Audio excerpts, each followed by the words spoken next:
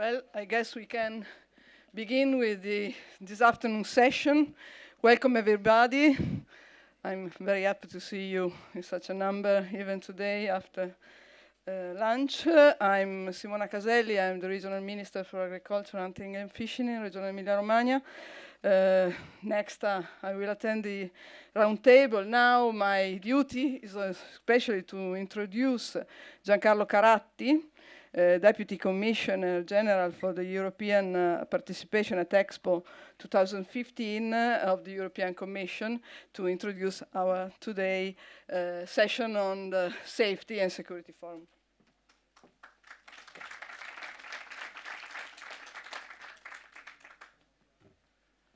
Good afternoon. It's a big pleasure for me to be here. Well, I'm not very far, just next door.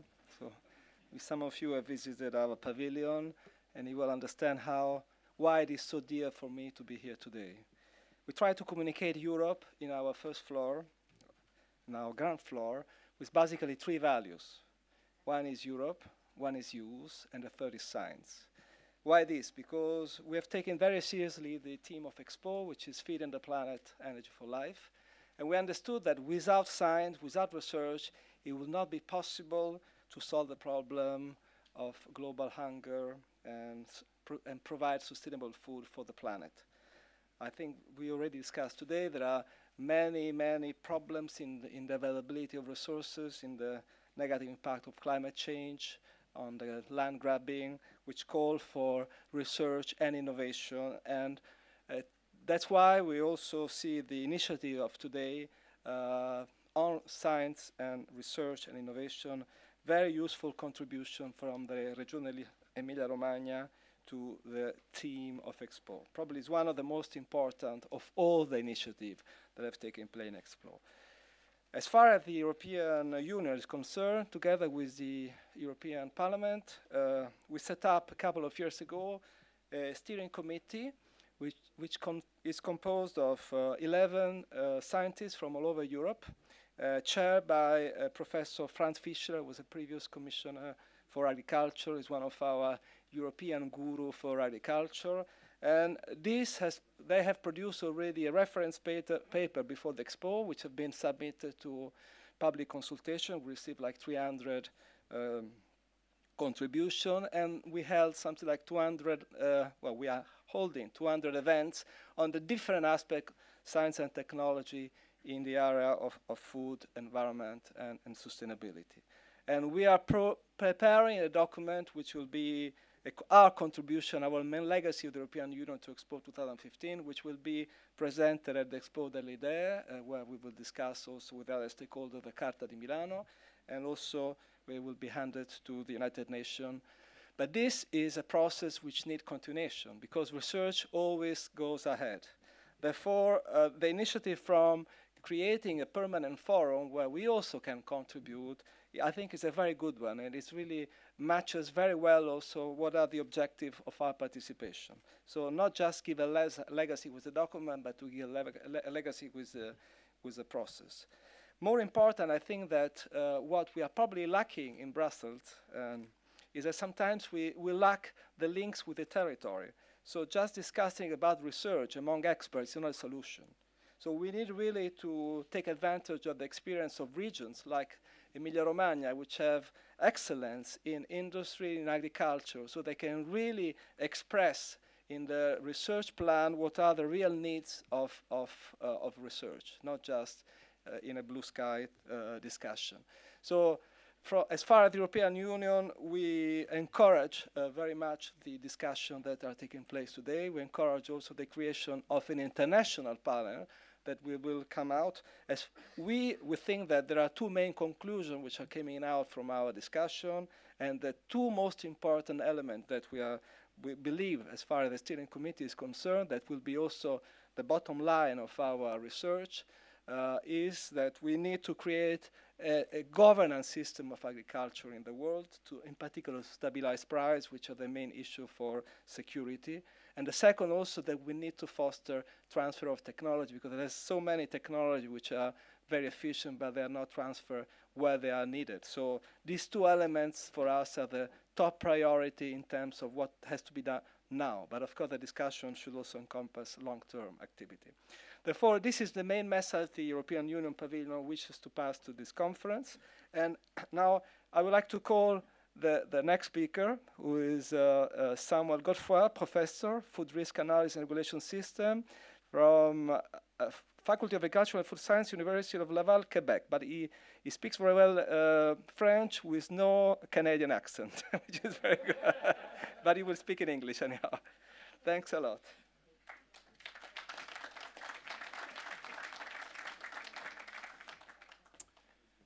Thank you, Deputy Commissioner. Good afternoon, ladies and gentlemen, distinguished guests and colleagues. It's a true privilege to be here and, in fact, to contribute with Professor Fava and with a number of colleagues to this endeavor launching the Food Safety and Security Forum. And I would like to start by extending a warm welcome to you all to this afternoon session. 2015, as you know, has been the year where the World Health Organization has dedicated World Health Day specifically to food safety. And this highlights, in fact, the impacts of food safety on human health. About 2 million individuals or so are believed to die every year, and many more millions are impacted by sickness and illness related to the consumption of unsafe food. 2015 as well is the year where we are attending this World Expo in Milan, where in fact the theme that was chosen was Feeding the Planet, again emphasizing the growing number of those who live in relative or absolute poverty with little or no access to food. I guess this reminds us very clearly the interlinkages between food safety and food security, and the fact that food safety is and continues to be a prerequisite for food security. In fact, food safety challenges are not only contributors to the burden of human illness, but also contribute considerably to food wastage, to losses in food production, and therefore to food scarcity. Now, our efforts, of course, to address one set of challenges, whether be it on food safety or food security, cannot be made without ignoring the other set. And it is very important that when we address these challenges, if we don't do so in sync, at least we try to coordinate our efforts. This session will give us the opportunity to hear from leaders of key organizations that have been involved in addressing these challenges of food safety and food security at the domestic level, at the regional level, and also at the global level. It will bring into focus, most likely, the importance of collaboration, the importance of partnerships, if we are to achieve significant progress in limiting the impacts, but also in preventing food safety hazards and in enhancing, hopefully, access to food. What is also contemplated through our discussion, we hope, throughout this session, is to identify areas where a forum such as the one that is envisaged by the region of Emilia-Romagna could be an effective platform for dialogue, but not only for dialogue, potentially for partnership development across sectors to promote food safety and food security globally. And in fact, in that regard, even though it was mentioned before, I would like to reiterate my thanks and also our collective appreciation to the organizers and to the region of Emilia-Romagna for the foresight and the leadership that was demonstrated through spearheading this initiative. I would like also to thank all the participants and panel members, as well as keynote speakers who have invested of their time and their contribution to be with us. And without further ado, we're going to start, in fact, the first part of this session. We have 3 keynote speakers that will intervene on these themes. And then we will follow that with the round table discussion that will be moderated by Alex Thompson. Probably you have known Alex. He's a journalist and a broadcaster at Channel 4 in the UK. Our first speaker comes to us from the European Commission, Dr. Ladislav Miko, who is the Deputy Director General for the Food Chain at the Directorate General for Health and Food Safety at the European Commission. I'm not going to read his extensive bio. You have that in your handouts, and I would like to ask you to join me in welcoming Dr. Miko.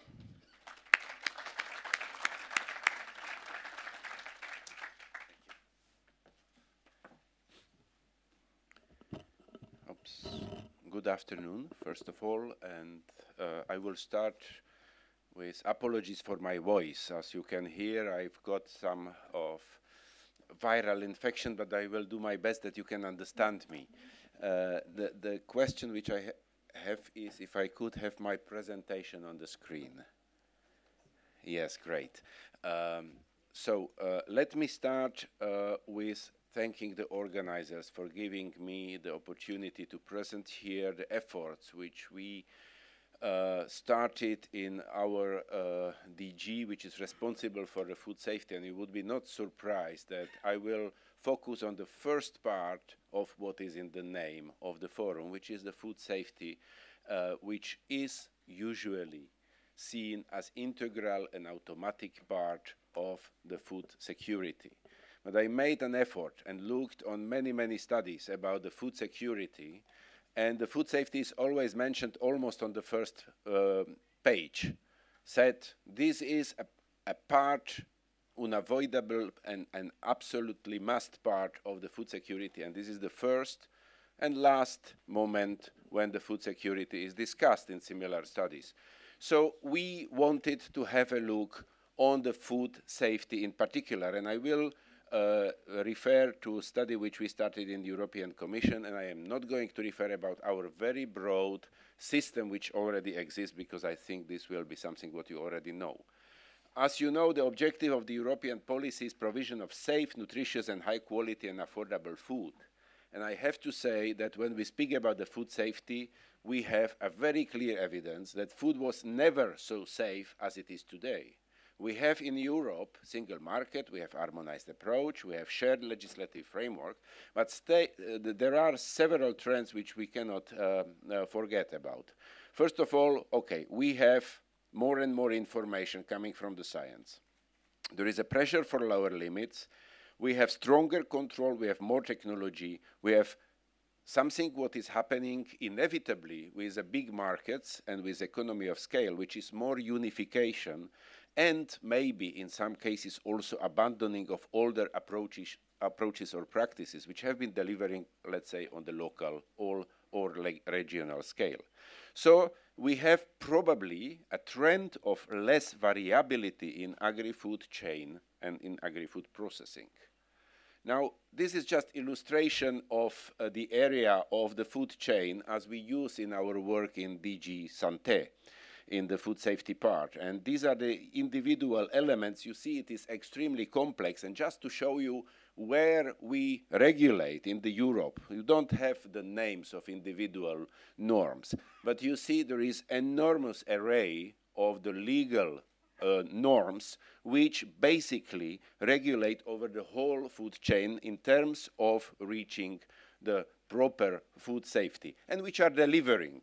But we have to ask ourselves if this system is going to deliver also tomorrow, in 10 years, in 20 years, and in the longer term perspective. And this is actually the issue of our study.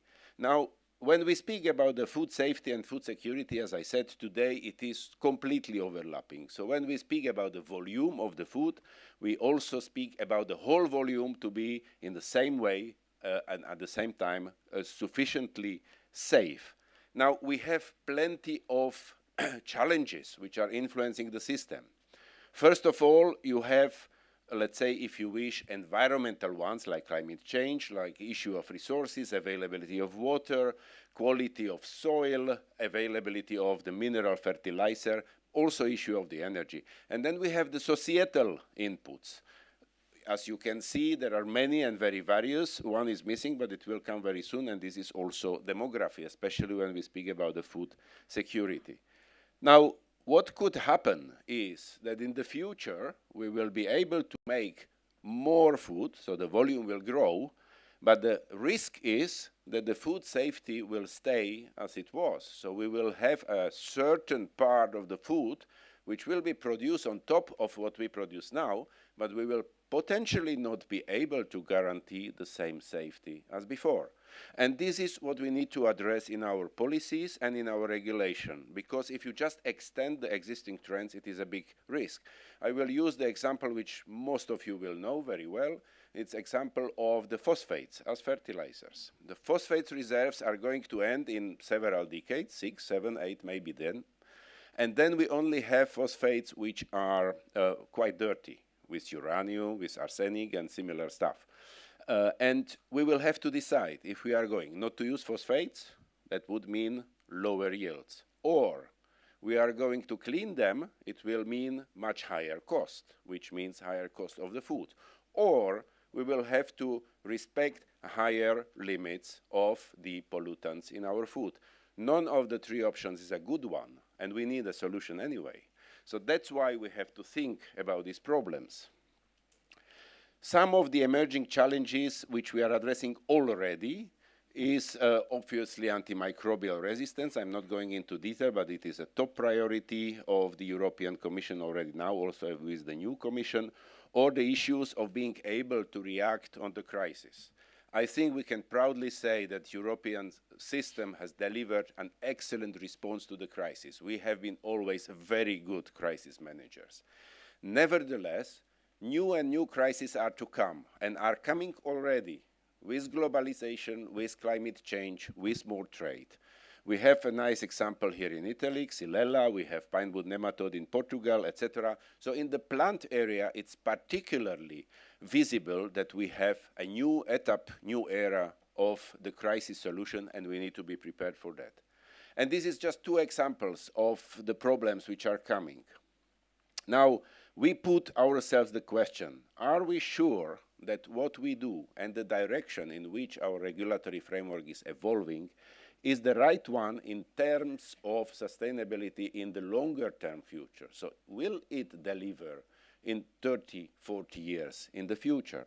And for that, we started what we call the foresight analysis on delivering on food safety, and of course, we look also on nutrition in 2050. And the goals are very clear: identify which are the critical challenges, what will be their impact on food safety and food policy in general, do we need some changes in the system or not, and which kind of policy responses we need to identify in order to address the potential problems. Now, the study has been split in two phases. The first phase is already done. That was basically the scoping study. You see the name. And the methodology was basically try to identify the problems. And I have to tell you, you are all experts in this area. When we convened the experts in the room, we have heard in the first half of our conference all the already known approaches. Everyone was saying, this is a problem, this is our solution, etc., etc. And obviously, that was all what was already many times published in the FAO and others reports.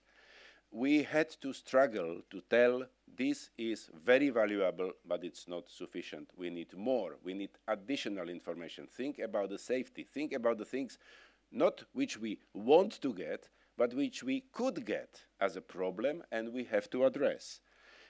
Including the potential disruptive futures, because the system should be prepared. It is not that we desire or want it, but we have to have a system which is able to deal with that.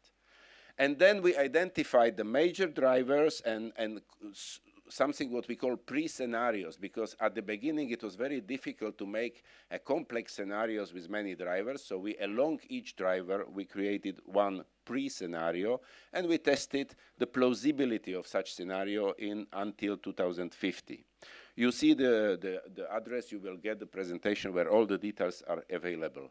Now, what we get as a first result, I have no time to go into details, but these were 10 main drivers identified, which are not very surprising, obviously, many of them, like the rapid surge in global trade, the potential breakdown of the global cooperation, etc., etc. And for each of these drivers, we identified a so-called pre-scenario. You see the names of the pre-scenarios. So basically it was global economy and trade, cooperation, the EU potential failure of the EU governance, demography and social cohesion issue, etc., etc. And as we defined those, as I call again, pre-scenarios, the most interesting thing was to check with the experts how much they believe it could really happen, because some of them are not actually the issues we really like to see, right? These are the issues we want to avoid as much as possible, many of them. But still we ask, okay, what do you think? Is it going to happen? We had more than 120 experts from around the world in the room, and this is the result. They had to say for every scenario if it is plausible or not.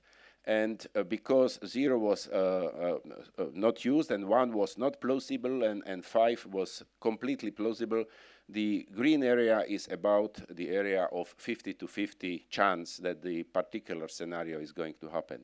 And as you can see, the scenario of the combined problems of obesity and malnutrition as a global problem appeared to be plausible already in 2030, not even in 2050. And all others, as you see, basically more or less could happen. Is it showing something or not? Yes. Not much, yeah. So you see that all what is above this line in a given time is seen as very probable scenario. In other words, this is what we need to address in our policies. And we also ask the one other question, which is what input, where we will need to look on addressing these issues for each particular pre-scenario in area of research, education, improving communication, promoting international governance, legislation change, economic incentives, institutional changes, and promoting self-regulation. And what is dark red on this shows that where the experts believe that in the particular scenario, this is an important issue. And as you see again, it is very few scenarios where you would not have majority of these issues which need a foster and further discussion. So it is very clearly defined that whatever scenario you select, you need to address, for example, issues of research, which is particularly obviously relevant for the forum we are discussing in. Now, we didn't want only to stay with generic assessment, but we were asking also which particular questions we need to answer, because it is clear that research is needed, but we were asking our experts, do we actually know the particular questions on which we need the answers? Because sometimes we are answering probably the questions which are easy or obvious, and we are not answering the others which are needed. So we tried to identify them, and again in the report, which is on the webpage, you can find a list of questions which are already feeding in the European system of planning of the research in order to address in the future those questions. Now, at present, I'm sorry I go helicopter view very fast, but I want to manage in 20 minutes everything. At present, we are in phase 2 of the foresight analysis, where we consolidate from the pre-scenarios, we try to consolidate lower number of scenarios, which will answer the questions I mentioned. We assess the capacity of European existing food policy against those scenarios, and we try to identify potential optimal policy responses, transition pathways if needed, and the requisite research for each of the scenarios. The study should be ready by end of this year or very early of the next year. And the approach is basically, as you can see, based on scenario building, using very participatory way with the very broad array of experts. And it is done in collaboration with 3 of our institutes in the European Commission from Joint Research Center. Now, this is just like a reminder of the main factors which are influencing the European food chain. And here are the, let's say, characters in a very short presentation of the 4 identified scenarios in each of the drivers. So you see that we have been looking for the drivers combination which is realistic within a given scenario, so we didn't test something what is internally incoherent. So first part of the work, which is the assessment of the existing food chain system, is already done. So we know now exactly, we have a full picture of how the system operates within the given drivers, and against that the solutions will be assessed according to scenarios. Now, short introduction of existing scenarios, and our experts from JRC didn't give yet the names to scenarios. So what you see in the inverted commas is my proposal, just for ease the understanding, but basically first scenario is something what is basically a prolongation of existing trends now. So as we expect now. So you have the major characters on the slide. So it is issue about the liberalized trade. European Union is one of several or many players in the world. There is the global sourcing of the raw materials, which leads to long and complex food chains, and all the other elements, as you can see. The second scenario we test, I try to call using the Italian invented term. So we call it slow food world, where many of the people are living in urban conditions, but nevertheless the system is more regionalized and localized. There is a high use of technology for sustainable use of resources, and there is a mix of many entities and localized food production, etc., as you can see here. The important thing is that for the climate change and the depletion of natural resources, we didn't even put an option that it will be negligible. We don't believe in a scenario that the climate change will simply have no impact. So it is just assessed in every of the scenarios in a different, let's say, size, but it's everywhere seen as the factor which influences. The third scenario we call, or I call, transatlantic, which is based on the fact that if we face the economic stagnation in the European Union, as we have seen in the recent crisis, and we develop further the transatlantic trade bloc, etc. Well, these are the elements which are most probably to be defining this kind of scenario, which inputs, of course, and influences the food safety approaches on both sides of the Atlantic. And the final fourth scenario is what we call the high-tech and food, meaning the pharma and food sectors coming closer together and addressing, let's say, individually the nutrition needs, etc., etc. So again, as you see here, it is dependent on very fast development of high tech. The EU is here seen as a potential strong player worldwide. There is globalization of trade ongoing. And the main driver for food choices is health rather than other aspects of the whole question. Now, okay, here you have some process. This is probably less important now. Just to show you the examples for potential challenges as identified in work until now within individual scenarios. It is always written in which scenario it is dominant. So we have the issue of the intensive food production, the alternative food sources, the issues related about the food retail. Should be not forgotten that nutrition and diet is very, very important, and of course depends also on the behavior of the people. The approach of the consumers in general. The very interesting thing which came out from the discussion is the issue of the loss of cooking skills as probably very important factor in this question. So it is analyzed in 3 of the 4 scenarios. And the present work now is we are consolidating the information we collectively put together for each of the potential scenarios, and we are preparing the final workshop which should be later in October this year. And as I said, towards the end of the year, we should have the results, which will inform the research and the policy development in this area. So that would be my short, very fast overlook of our thinking about the future of food safety in Europe, and also our contribution, I believe, to the global thinking in this area.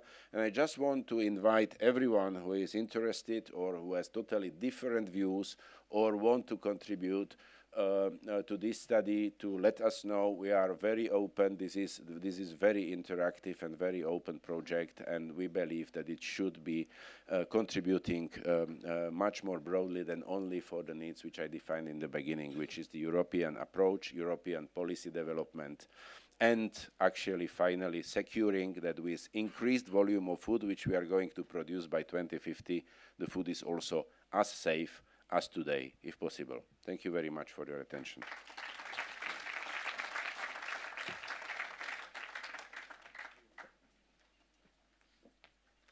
Thank you very much, Mr. Miko. That was a great overview of the perspective from the European Union, particularly on your methodology for foresight and actually its application, as well as the identification of drivers of change. We will not take questions right now. If time allows, after the keynote speeches are made or are completed, I will invite our speakers back to the podium, and hopefully we will have the opportunity for a few questions. We will move to our second keynote speaker, Dr. Wang, who is the Assistant Director General of the United Nations Food and Agriculture Organization, responsible for agriculture and consumer protection. And Dr. Wang will give us the global perspective.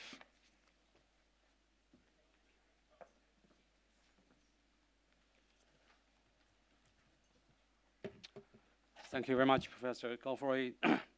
Distinguished Deputy Commissioner, colleagues, ladies and gentlemen. Let me see, first of all, if this works. Oops. There.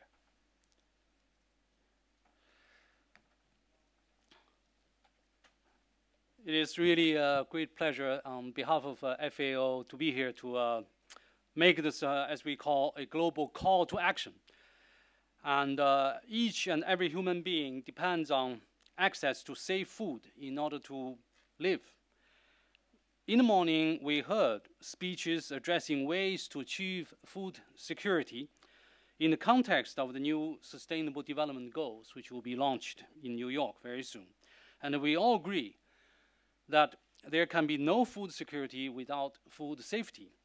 Today, I would like to make an appeal to all stakeholders to work together to strengthen food integrity, ensure food authenticity, and guarantee food safety, so that we can all not only enjoy adequate access to food, but also be secure in our trust that the food we eat is safe and good for our health. Ensuring food safety is a process that involves a growing number of actors at every stage of our increasingly long global food supply chains. The complexity is formidable, as are the challenges that come with it. Overall, the volume of global food retail sales at present estimated at about $4 trillion per year is expected to grow further, significantly further, over the coming years. As supply chains extend in length and complexity, so too does the number and the range of actors increase and change. New challenges continue to emerge, and the new technologies also continue to be developed to help make good food, good quality, safe, and nutritious food accessible. Let me see.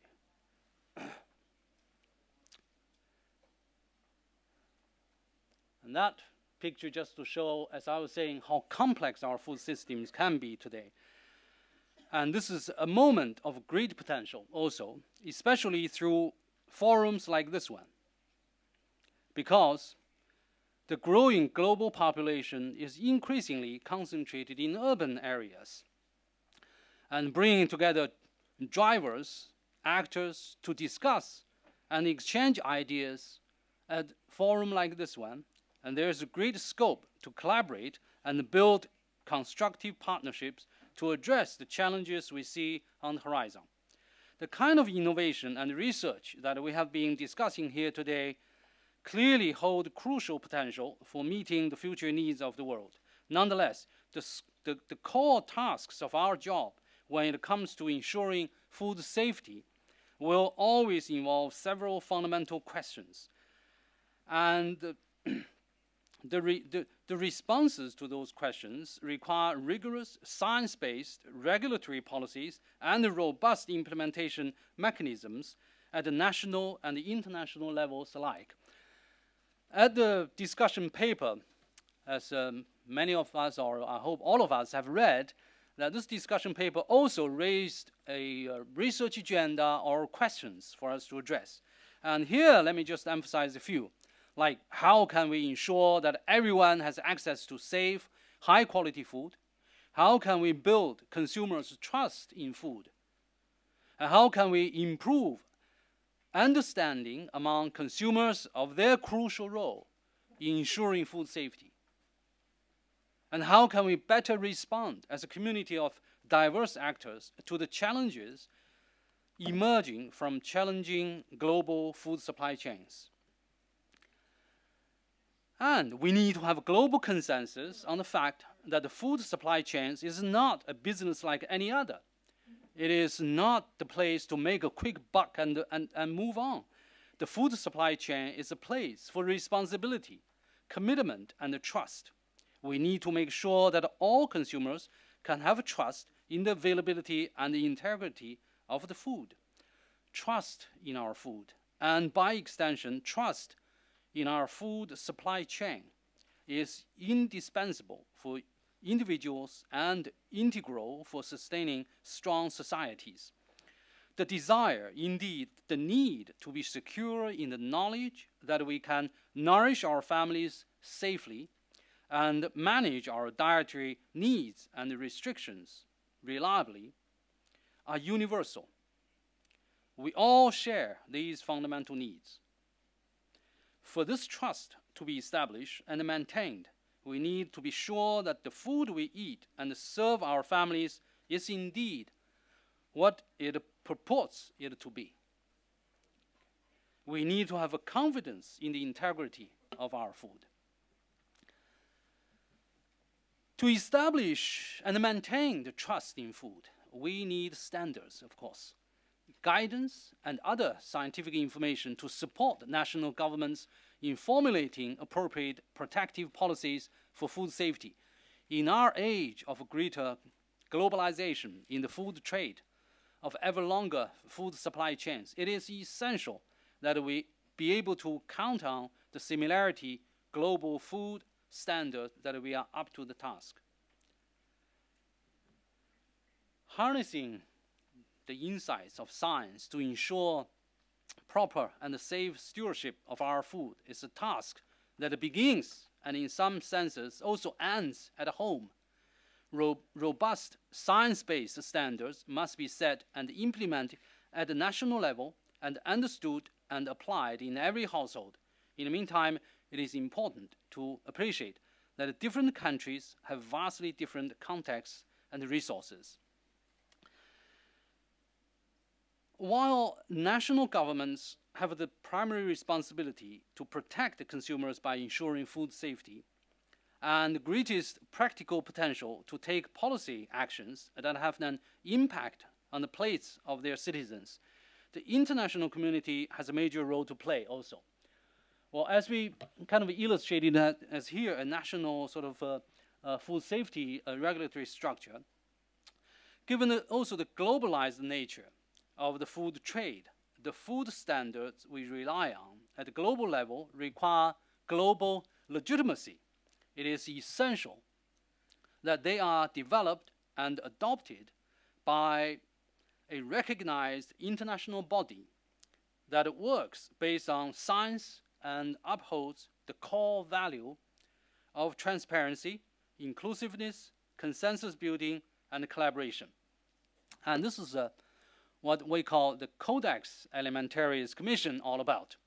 Codex was funded jointly by the World Health Organization, the WHO, and FAO in 1963 to carry out this work. It leverages scientific evidence and works with all interested countries to develop standards to keep food safe.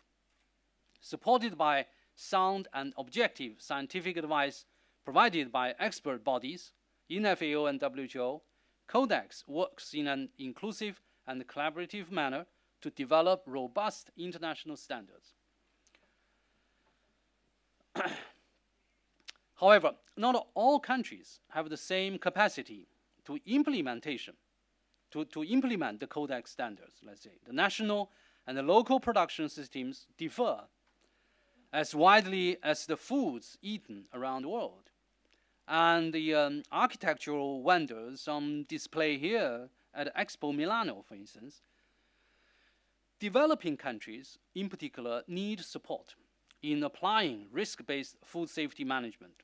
The challenges for helping countries adopt and implement surveillance, risk assessment, and applied guidance provided in Codex are significant. In many cases, the guidance is there and the guidance is robust, but what is lacking is the capacity for implementation at all places, at all times. So, the Codex standards, okay, these challenges and opportunities are, of course, what brings us here today also, with the diversity of our perspectives from national and the regional regulators to committed actors from the United Nations system to industries and the private sectors. Each of us has much to learn from the insights of the others. What I hope will come out of the discussions like we have today are new ways of thinking about how, and together, we can overcome these challenges. And we must engage the private sector. Research and innovation, policy development, setting standards, refining guidance, and building frameworks for support can and must be complemented by commitments from other actors involved in the food supply chain, and especially the private sector. And engagement with consumers is also crucial. So, clearly, no single organization alone can accomplish the range of tasks involved. To achieve these goals, we must commit to strong international cooperation and coordination. FAO and WHO have been engaged in the field through Codex for more than 50 years, and in developing the science to keep food safe for even longer. Just last year, FAO endorsed through our governing body a new strategy for improving food safety globally, better articulating its key role at the global level in food safety governance and capacity development. Now, the new strategy, the FAO strategy, focuses on strengthening national food control regulatory capacities and global trade facilitation by supporting countries to develop food control systems that effectively support national food safety goals and market access, promoting improved food safety management along food chains by providing sound scientific advice to underpin Codex food safety standards, and supporting developing countries to apply risk-based food safety management along food chains that are appropriate for national and local production systems and in compliance with Codex texts, and providing food safety platforms and databases to support the networking, dialogue, and access to information and facilitate effective communication internationally on key food safety issues. And the fifth one is developing food safety intelligence and foresight. FAO thus plays a critical role in the development and communication of reliable, trusted, and globally relevant scientific advice for global food safety management. But all of this is still not enough. Even today, foodborne diseases claim too many lives. Only robust engagement, open discussion, and firm commitment to support the activities of FAO and WHO's food safety work will guarantee a strong global food safety network. So international cooperation is key. We need to work together to navigate the changes that lie ahead of us and impact food safety and security. So we would like to call to action. Let us embed food safety in all our programs, as we were urged to do in the 5 critical recommendations made by the second FAO-WHO International Conference on Nutrition, ICN2, held in November last year. Let us urge local and national regulators to commit to continuously strengthening their regulatory frameworks to improve food safety by making the necessary resources available and in enhancing collaboration. Let us urge all countries to voice their support for food safety as a priority and engage with and support the FAO and WHO's activities with robust actions to make sure that the necessary resources are there for a coordinated international food safety framework. Let us call on industry and the private sector to support, engage, and partner with the regulators, standard-setting bodies. And I'm glad that with also present here today, the World Bank-led the Global Food Safety Partnership is represented here, and we are collaborating with the Global Food Safety Partnership. Let us educate consumers to take the responsibility for what they can do to ensure that food is safe and not wasted. We all have a part to play, and no single stakeholder or organization is powerful enough to ensure global food safety and provide global food security. But together, we can make our food safe, and we can attain new levels of food security and promote trade and strengthen comprehensive government and societal structure to the benefit of all. With that, I want to thank you very much for your patience. Thank you.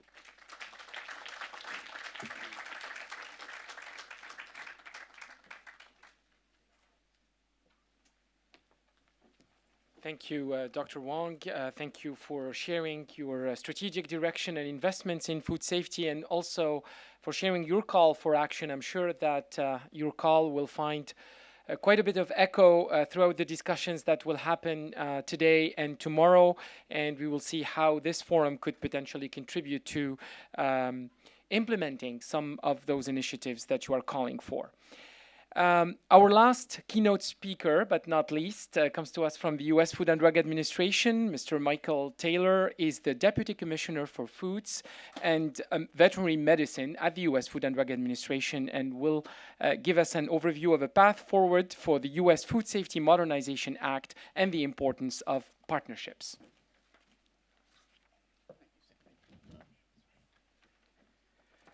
Well, good afternoon, everybody. I am really truly delighted to be here. There are advantages and disadvantages to being the last of the keynote speakers here in the conference. I would say that just about every good point that there is to be made about the importance of food safety, the importance of food security, how they are linked, and how we need to work together to address these has pretty much been made. I actually wrote a speech which the organizers have, and I think will be on the website. I think what I would really like to do with just a few minutes is to pick up on some of the points that I've heard discussed here and really illuminate some of the points that I made in what we prepared. But in doing that, try to put the role of the Food and Drug Administration in a broader context. I think people may think of us as a large North American regulatory agency that is about policing the food supply for the benefit of U.S. consumers. And actually, that's true. That is part of an important part of what we do. But we really do see ourselves as an integral part of the global food system. We need to behave that way. We want to work with the community that way. And I want to highlight ways in which the Food Safety Modernization Act really drives us to do that, empowers us to do that, and provides a new framework or context for us to work as part of the global food system. I really must say that the slide that Paul DaCosta put up on the need for a global equilibrium between food safety, food security, and nutrition resonates with me enormously. And I think one of the things that I want to be sure people understand is that while we do have the food safety regulatory responsibility for most of the U.S. food supply in our program, we are also responsible for nutrition labeling, the composition of the food supply in terms of what's added to the food supply. And we have an enormous agenda that we're pursuing on that nutrition side of the house as part of that equilibrium, that public health equilibrium that is important globally and that we're certainly pursuing in the United States. Some of you who are following this part of our work may know that, for example, we're soon will be issuing regulations that update that nutrition facts panel that is on the back or the side of all food packages in the United States, and updating it to really reflect current science. So the calorie declaration will be more pronounced. Added sugars would be featured on the label as we've proposed these new regulations. Again, ways to use labeling to address some of the dietary concerns that we have about the food system that in the United States translate into a significant obesity problem, part of food security and nutrition in the broad sense. We've also issued regulations that require calorie labeling in restaurants, in chain restaurants. So any McDonald's you go into, they've already started doing it, you'll see, but all the other fast food chains of restaurants, the Applebee's and the Denny's of the world in our country, you'll be able to get calorie information on the menu items there. Again, recognizing that restaurants are a major source of nutrient intake, we need to give consumers information they can use to choose healthy diets. We recently took action to reduce trans fat in the diet. We also have that regulatory responsibility over components of the food supply, and we're working hard on sodium reduction. Again, from a public health standpoint, the amount of sodium in processed food, whether packaged food or restaurant food, I mean, that's where most consumer intake of sodium comes from. We need to work with the food industry in a collaborative way to reduce sodium intake. So just want to, first of all, put our food safety work in that broader context of nutrition, a crucial part of food security and health. I must say that the slide on the I think Dr. Noor's slide on the things we die from really accentuates the need to be focusing certainly on foodborne illness and chemical safety, but also the nutrient composition of diets that people consume. So let me come now to the Food Safety Modernization Act and just make a couple of points to illustrate how it's changed the game for us in terms of working with the international community. I think most people who've been following this know generally what it's about. It is a mandate from our Congress to put in place regulations that would require food producers to put in place those modern preventive measures that we know work to reduce the risk of foodborne illness. Professor Wang, Dr. Wang, talked about Codex standards. Our standards are essentially modeled after Codex standards, but we're addressing these standards not only in food manufacturing, but in food production on the farm, in transport of food. It's a comprehensive approach to putting in place these standards, and the standards will apply to both domestic producers and foreign producers. And so the second major element of FSMA, after we have the right standards for prevention of food safety problems, is how do we verify those standards are being met? And so domestically, we have new inspection powers. We have a new mandate to inspect facilities on a certain frequency. We're building up an elaborate program with our state partners to ensure that produce operators are observing these standards domestically. How do we deal with the huge flow of imports, and how do we get the same level of verification there? And this is where Congress, again, has fully recognized that we are operating in a global food system. We need to see food safety in a global way, and so Congress has given us a whole new import safety toolkit to verify, to ensure that imported product is meeting our standards. And this is a big issue for public health and for American consumers. We import over 90% of our seafood, half of our fresh fruit, 20% of our vegetables. So it's a big issue to be able to verify imports. And so this is a whole new toolkit for prevention. It's a toolkit that I know has a lot of interest here in Europe. I just met with Dr. Miko, and we work so closely with our European colleagues, working, looking at how we can work together to implement this law successfully. Congress mandated that sort of engagement with our partners overseas. But I want to highlight some elements of this mandate that we have from Congress that just underscore the extent to which Congress saw food safety, certainly, yes, as a public health problem, as a consumer confidence challenge, but also as a food security issue, as an element of how we have a food system that is successful in meeting the need for food security, both in the United States and globally. So, for example, the law and the way in which FDA is implementing this law fundamentally recognizes and respects the diversity of the food system. I mean, one of the things that is so evident, I think, to all of us who've spent time working in this environment, and I've had enormous opportunity, and really grateful for the opportunity I've had in implementing this law to travel both domestically and overseas, and to see the incredible diversity of our food system, from the smallest organic growers up in our New England states to the massive, produce operations out in California, large food manufacturers, and very small food hub, local food system, operations. Again, incredible diversity. This law and FDA's implementation respects that. There are provisions of law that are directly related to seeing to it that our standards are workable across that whole system, are effective for food safety, but workable and practical across all of that diversity. So again, it's a food system perspective that Congress took in passing this law and giving us this sort of mandate. And one reason this is so important is because, again, for food security, food safety is crucial, but so is access. And so again, you take fresh produce.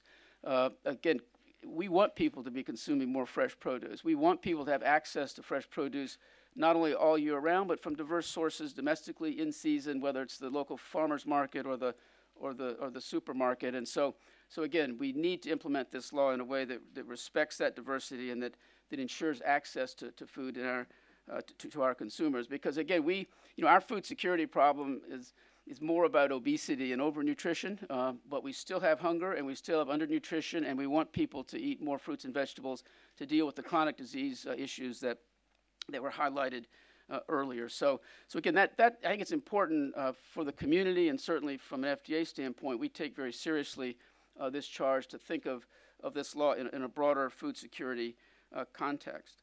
I mentioned that the law directs us to collaborate in the implementation of the law, and I just cannot underscore enough how crucial it is and how deeply FDA recognizes that we have to work with the broader community to implement this law effectively. We cannot do this by ourselves. We're under no illusion of that. And that collaboration includes the private sector, includes the food industry. And one of the central principles of this law, and I think the modern approach to food safety, is we've got to recognize the food industry's responsibility and capability to produce safe food. Government doesn't produce the food. We don't make it safe. Industry does that. How do we have a framework, a collaborative framework, that has the right standards, the right oversight, the right verification to tap into the capacity of the private sector to produce safe food? So we are framing our implementation in those sort of collaborative terms where we want to foster compliance. We're not just about enforcing against violations of standards. We want to foster compliance by working with industry, providing education and technical assistance to those who will be required to comply with this new framework. Congress also mandated very explicitly collaboration with our foreign government regulatory counterparts. And again, this is just recognizing the challenge in today's food system, where we're importing food from over 200 countries, many with very complex supply chains, many of the commodities coming into our country through very, very complex supply chains. How do we get the verification and adequate assurances to our public that those standards we're putting in place for domestic producers are being met by the foreign producers? There's a new provision in the law that requires importers to verify the source of supply, to verify that the product is meeting our standards. But that by itself isn't going to be sufficient. We're directed by Congress to work with our foreign government regulatory counterparts to work together on providing that assurance. I see Paula here. I can't resist the noting her partnership with us on this very thing, and so thrilled to be working with Dr. Miko and the whole European team on this. It's crucial to the success of FSMA implementation. But a final demonstration of, and I think this is a very important point, of Congress's understanding that it's not just FDA and it's not just food safety. It is about a larger food system, food security effort here to meet public expectations. And that is the mandate that we have in the law to work with foreign governments and the private sector on food safety capacity building in foreign countries, particularly in developing countries. I think this is a fabulous recognition by Congress that, again, it's not just FDA over here regulating, it's working with a global community to assure, to achieve our food safety objectives, but also our food security objectives. And I think this capacity building mandate is something that again, I take as a positive and very strong signal from Congress, but it's a huge challenge. We were directed, among other things, to put out a plan, a strategic plan for our capacity building effort. We did that. We posted that on our website in 2013. You'll see a lot of reality in there about resource limitations and the need to really work with the broader community. But we take that food safety capacity building mandate extremely seriously. We think it's just a win-win-win. It's obviously part of food safety. I mean, to the extent that we've got capacity in those countries that are exporting food to the United States, including many less developed countries, capacity to do it right, to meet our standards, that's good for food safety in the United States. It's also good for food safety in those countries to the extent that capacity building has a benefit for local food production and local markets to support food safety locally.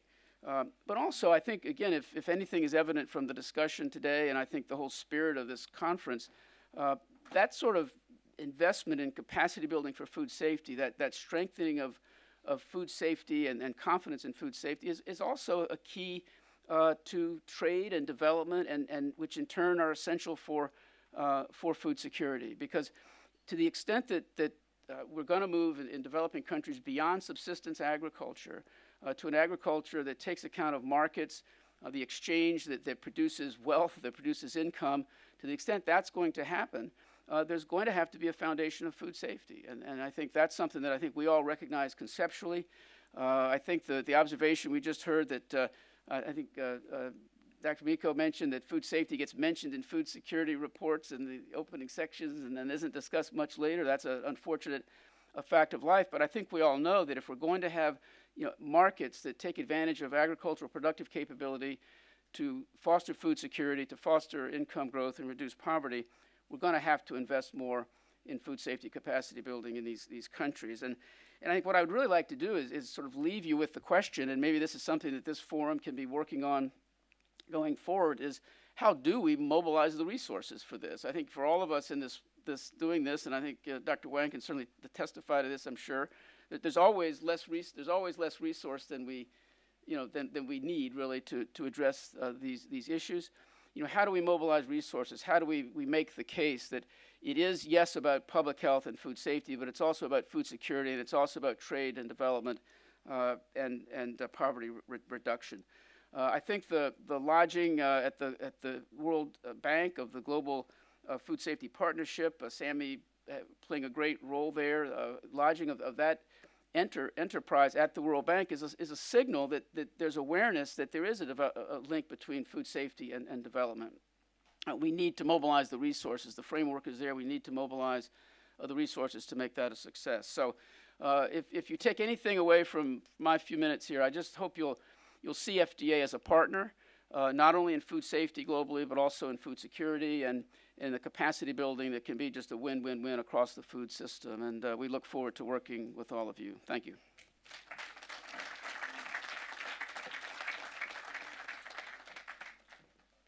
Thank you very much, Mr. Taylor. And given that actually we have had very diligent speakers with time, so we do have a few minutes, in fact, to have some questions and dialogue with our keynote speakers. And I would like to invite Michael back and Dr. Wang, as well as Dr. Miko. And we will take a few questions or comments from you about the presentations that were made. Yes, please take a seat and...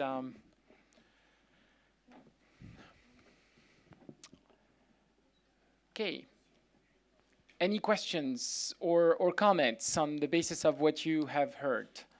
And maybe while the audience is warming up to some questions, maybe I have a question on my own. Just hearing the call for action that was made on the part of FAO, on your part, Dr. Wang, as well as your perspectives of contribution into food safety propagation.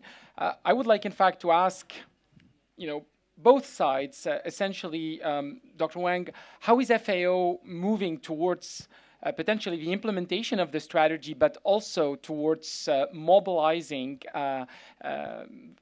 for that call for action, and conversely also asking our partners from the European Union as well as the U.S. Food and Drug Administration about the way they would like to contribute to that? Well, given the short time, let me just make very briefly 3 points. And first of all is that we are living in this transition time.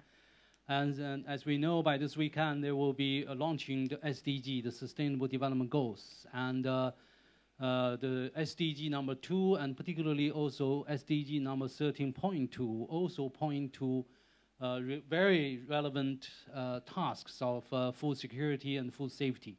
So that actually has given FAO as probably the largest food and agriculture agency of the UN system the mandate of supporting our member countries in implementing the SDG goals. And secondly is that FAO actually now has a new way of working, building upon our strengths of a network of representative offices in more than 100 countries with technical departments in headquarters.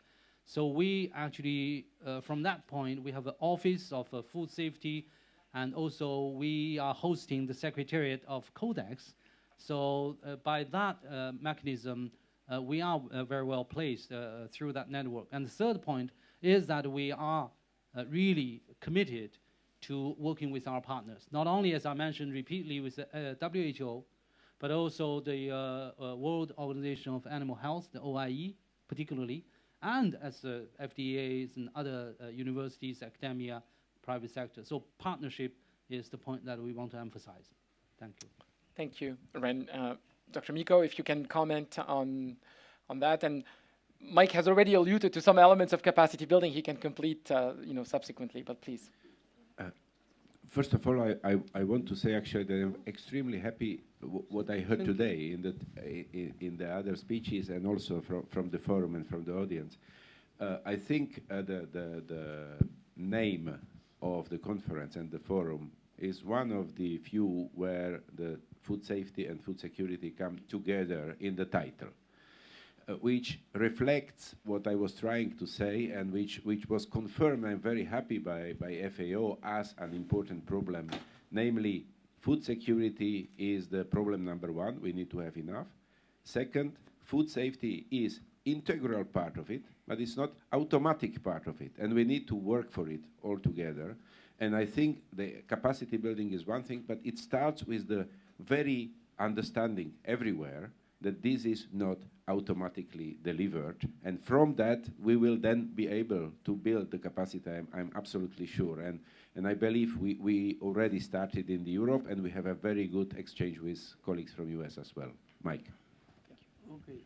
Yeah, so just briefly, I mean, we embrace the call to action, and I think the Food Safety Modernization Act and its implementation is a large, for our part, a big sort of central to our response to it for the next couple of years. And I think, just say briefly, the most practical thing that I think we will do to deal with the global challenge of responding to your call for action is the practical work of providing the collaboration with foreign governments, providing education and technical assistance to those who have to comply, but critically doing that in a way that leverages our, frankly, limited resources financially to enterprises whose business it is to actually be frontline, delivering to those who need the training. So we have expertise. We're building knowledge systems, knowledge management systems. They'll be accessible with lots of information to support compliance. We're open to any suggestions about how we can leverage the capacity we do have to support the building up of the capacity to comply, which I think in turn will be a contribution to elevating standards globally. Thank you. And I see the sole question from the audience, so please. Oleg Marchenko, Russian Federation, representative of Russian Federation in OECD section Practice and Standards. I would like to make some questions to Michael Taylor concerning his phrase, very famous and very promisable phrase. It's impossible to put under responsibility of business standard for food. I agree with him. But I would like to say, how can be it's introduced in life? Please, if you can answer. Sorry, could you just repeat the last part of the question? The question, the aim of my question is, you told that standardization of food preparation and the sale and something like this should not be under responsibility of business. I understand that you would like to have some more governmental control of this because it's very, very responsible, very big, important. Why? Because every people has their own genetic specialties. And we understand that every people should choose food good for himself, first of all, for his micro elements, microparticles, and something like that, genetic.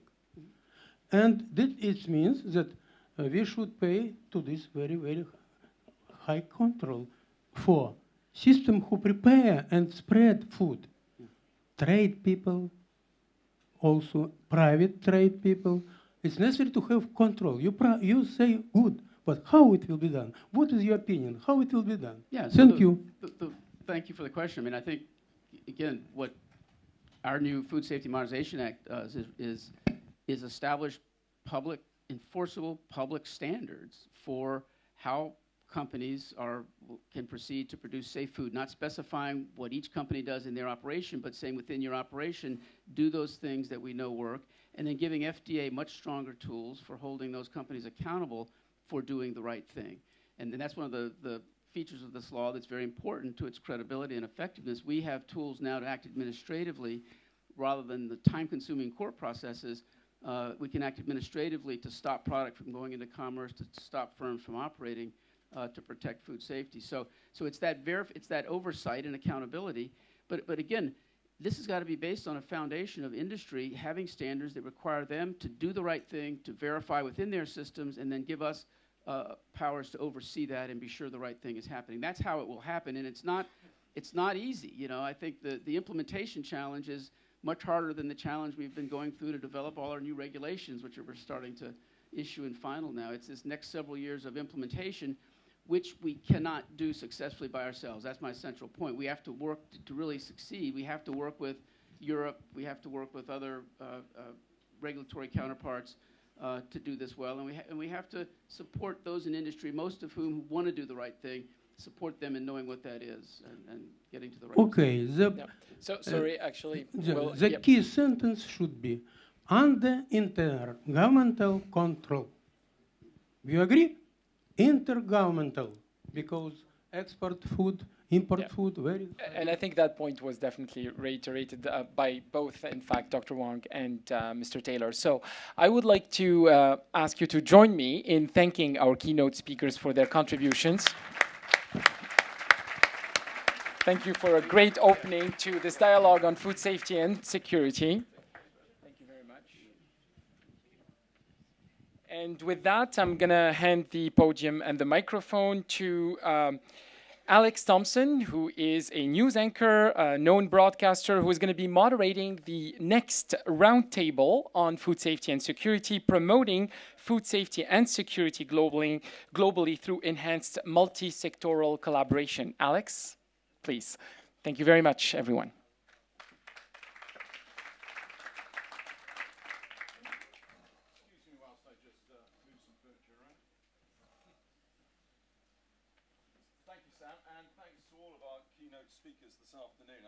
Thank you, that they've been saying absolutely is going to play into what you're going to hear.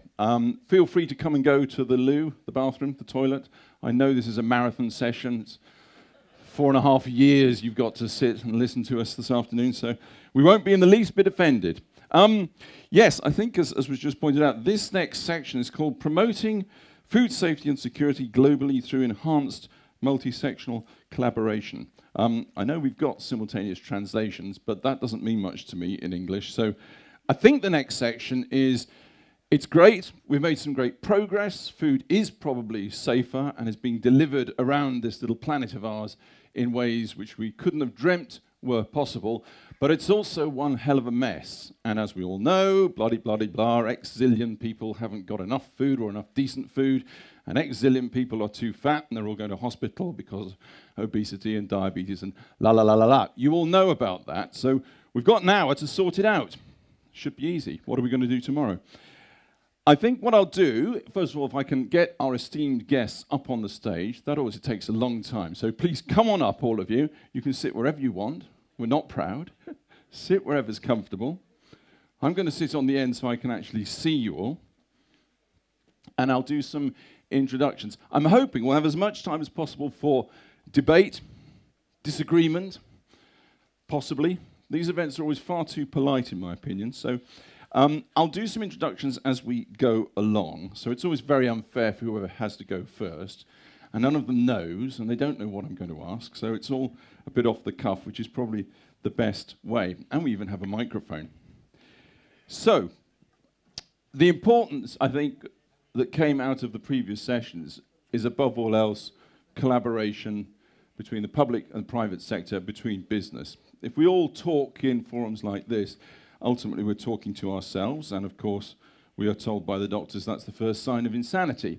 It's also not a very good way of getting things done. So we have to communicate, and we have to communicate to those people whose business it is to produce food, to market food, to manufacture it, and get it from the field to the table. That is where things are going to change. It's quite obvious, so I'm sure we're going to hear some great input on that. First of all, let me welcome our first guest, and this is where we play Pass the Microphone.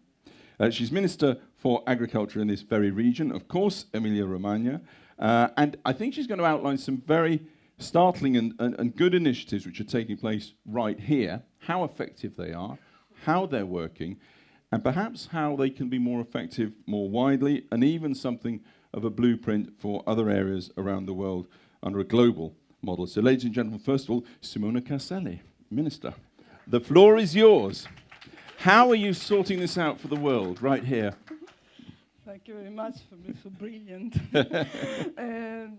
Well, I guess ensuring access to food, but at the same time also to quality, is one of the main challenges that the international community will face in the coming years to defeat poverty and malnutrition.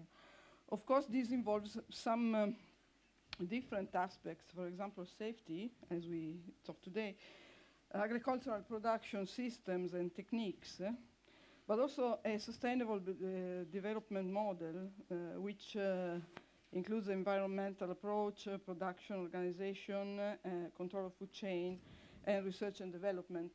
Now I'll try and be very quick in talking about these few aspects and giving the point of view of Emilia-Romagna region, which of course could be our proposal and our effort to do our best to face these challenges. Well, safety is fundamental, but I guess consumers and the public in general probably perceive the real risk, for example, the great concern about extreme pollution or dioxin, salmonella, many other threats. but don't perceive exactly the same the same level some other risks, as for example a poor diet. So this makes on governmental bodies and to our policies the necessity to interview with some particular educational systems or some programs. For example, in Emilia-Romagna we have a particular law for nutrition education to consumer information campaigns and to doctors and nutritionists and so on, which has proved quite effective. Also, we are applying some UE programs, for example, fruit in the school, and now there will be a national program, milk in the school, because the milk consumption is decreasing, and this is not exactly good. And some other integrated policies for the correct application of the rules on labeling, for example. But at the end of it, probably the objective is nutrition education should be in the school as a subject of study. It should be a curriculum thing. But now it's not like that in Italy, and I don't believe it's so all over Europe. So this should be an objective we can point today. But on the other hand, probably food safety is a collaborative effort. I don't know if this in English can help you to understand the title of the session. I'm not great in anyway. English. You're sure better than me, but the approach to food safety is a collaborative effort, and the entire food system, including the public administration, but inevitably begins with the countryside, begins in the fields. So zero risk is not possible, but it can be minimized and managed by applying production processes that guarantee secure conditions for farms and their territory, starting from the soil, of course. In the morning, the soil was various times reminded to us by Paolo De Castro, for example. Agricultural production can and should be set, whether it by large or small companies, but according to the best available techniques, in order to minimize the use of pesticides through the application of biological control or methods like sexual confusion for the insects and so on. These are methods which are applied normally in Emilia-Romagna. We must preserve fertility through proper crop rotation and adequate use of manure, safeguard the agricultural land in terms of available surface and quality, allow maximum water saving, safeguard biodiversity, which of course is very important for us, breeding, following the principles of animal welfare, a rational manager of manure tending into energy sources, reducing emissions and so on, minimize the using of antibiotics, avoid forcing techniques hazardous to human health, for example, hormones and antibiotics. So we have many positive experiences in Emilia-Romagna on that, because we have a law on integrated production, which is come from 97 and 99, so it's not a particularly recent law, because we have an history for that, because my predecessors were really very attentive to this. And we have relevant investment in our region over 30 years in research and innovation for study, research and technical support and organizational assistance. The impact assessment to show reduced use of pesticides about 70%. This is really achieved, especially in the more hazardous category, and the reduction of residues in products, for example, fresh fruits or vegetables. As a general objective, probably we can say to the forum is there's a need to standardize integrated production at European level in order to promote increased level of safety and sustainability of conventional production, because we also have a quite good organic production in Emilia-Romagna, but conventional, of course, is still the 8% or 90%, so Right. we have to minimize it there.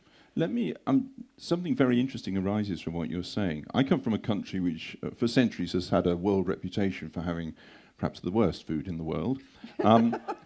We drink too much beer, and it's all appalling. It's got But better the in beer me. is good. The beer is good. The beer is good. But we look, no, I mean, seriously, we look at yourselves here in Italy. You've got the best food in the world. We look at the Spanish. You have this wonderful Mediterranean climate and a Mediterranean diet to complement it. Is that breaking down culturally? Is the junk food culture taking over? I mean, you talk, very high on your list was the need to educate people here in Italy, young people. Well, I hope probably this cultural approach will change the approach to the way people eat, but there's a strong job to do on younger generation, because even here in Emilia-Romagna, probably, I don't know if you know, but we have 31 GI products. We are the region that has most in Europe. And Forbes some months ago told us we have the best gastronomy all over the world. I don't know if that's true, really. Well, it's true of Italy generally. Well, but we have it's what I think, so it's a very true. good one. But this is not the case, because this comes from the fields once more.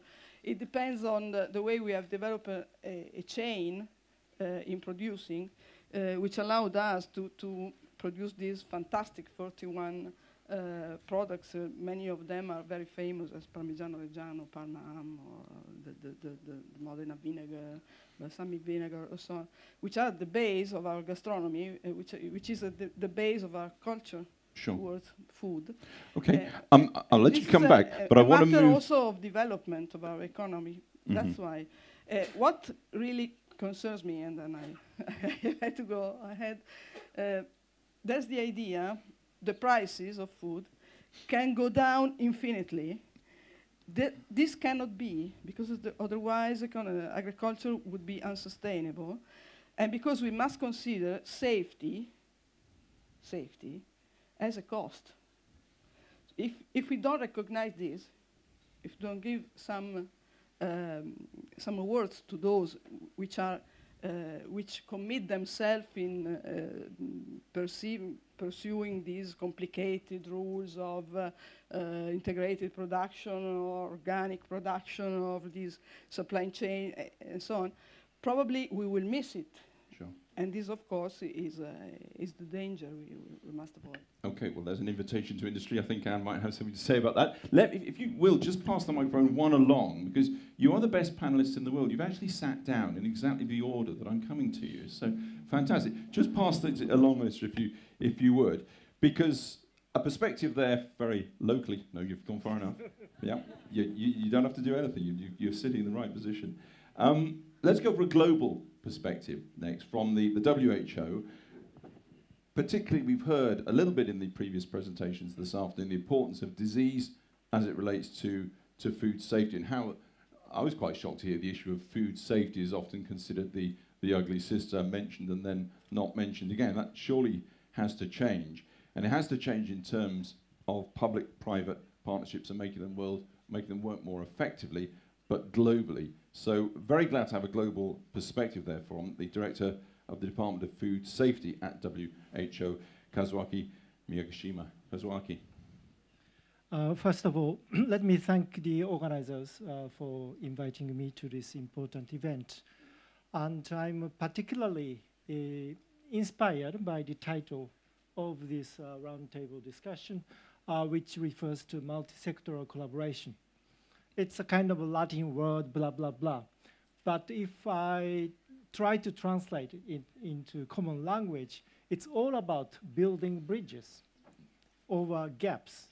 And what kind of gaps we have? We have many gaps, in fact. We have the gaps between the public sector and the private sector. In many countries, we don't, unfortunately, have an equal partnership between the public and the private sector. There is some mistrust. One side is kind of feeling a victim of the other imposing something over them, or the other way around. There are gaps between agriculture world, and public health world. Of course, we don't have these gaps in Italy or in Europe in general. In April of this year, I have the privilege to organize World Health Day global event in one of the Europe's biggest wholesale market of foods. And I invited ministries of agriculture representative and Ministry of Health representatives. Of course, they both came and they were sitting next to each other and chatting, friendly, no problem. But this is not the case in many other countries, especially in developing countries. It's sometimes a hard task to let them come and sit on the same table. There are many issues, money or honor, or some fight over the legal competencies, mistrust, or sometimes they even speak different languages. The word risk or risk assessment or risk analysis could mean very different things, whether you are talking to a veterinarian or to a toxicologist. Kazuki, just let me interrupt. Well, let's just explore that a bit because, I mean, maybe we need to name names. Where is it so difficult globally, from your perspective, to get people round a table in a way that, as you say, we consider perfectly normal in Europe? Is it Asia? And if so, Asia is a huge aspect in all of this. Oh, well, Alex, I need to be politically correct. No, you don't. But actually, it is a case in many developing countries. Not all of them are like this. And I started my career in the international arena in food safety some 20 years ago. And some countries have made a huge leap, and they quite made a very good progress over the past 20 years. And they are not in the same place anymore. But for some other countries, we are always talking about the same thing. Of course, if you have a civil war, or if you have a kind of a radical administrative devolution which could eventually wash out all you have done, that's fine. I mean, there is some convincing reason for that. But in some other countries, we just don't understand why the idea of food safety, the idea of working together simply doesn't fly. I think it's time for us to sit back and analyze the root causes of those things. I mean, from FAO and WHO viewpoint, because I mentioned FAO because we do 80–90% of the activities jointly, we are really trying to advocate for the importance of food safety because there is a need for political commitment, political engagement, and not for this year or next year, but in a sustainable way. Unfortunately, food safety is an area which is very much driven by crises or rumors or this kind of things. For instance, if you look back at the 80s and 90s, where mad cow disease was a major issue, it mobilized a huge media attention, public investment, and very much of the modern food safety systems you see in Europe originated from that period. However, if you look at developing countries, I mean, there are, of course, always the, let's say, desire to improve food safety systems, but something is wrong, and nothing is happening, or it's happening very, very slowly. Is that your biggest gap? You talk about bridging gaps. Is that the biggest gap in your intro? If you can have gaps in an intro. But you know what I'm saying?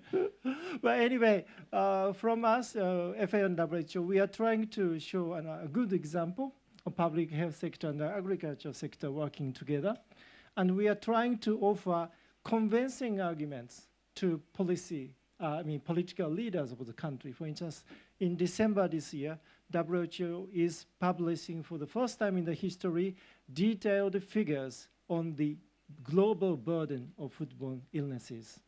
And of course, until now, we have some vague figures about 2 million of children dying or having diarrhea, but no work has been done so far. But from December onward, I think political leaders will have no excuse because they have the tools and they put their country name and other data, and they will get the figures of how many people dying in their region or in their country. That's right. When does that come out? In December this year. In December? Yeah. Right. Watch out for it. You have been warned. Right.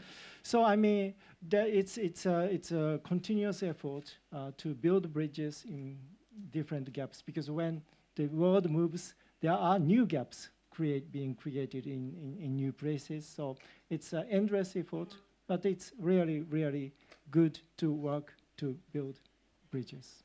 Thank you, Kazuaki. Thank you very much. Just pass it one along.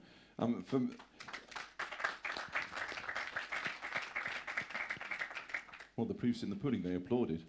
I mean, for me as a journalist, you were distressingly diplomatic there, but fascinating to see this cultural difference. I'm sure if you see him afterwards, he'll tell you which countries are not doing what they should. No, he won't. Let's go one along. Have a look at science. Obviously, science research absolutely crucial to what we're talking about.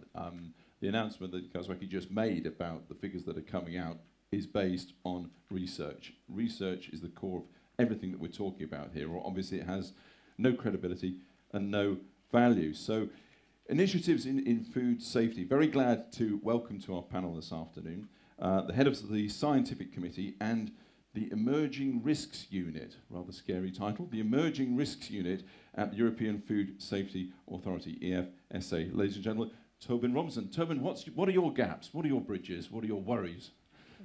Okay, well, plenty, of course. But I'd like to at least first explore one of the points that's been made by a number of the speakers, and this is about resources. So the European Food Safety Authority is principally involved in risk assessments, so one of the keystones of risk management, so management of food safety problems.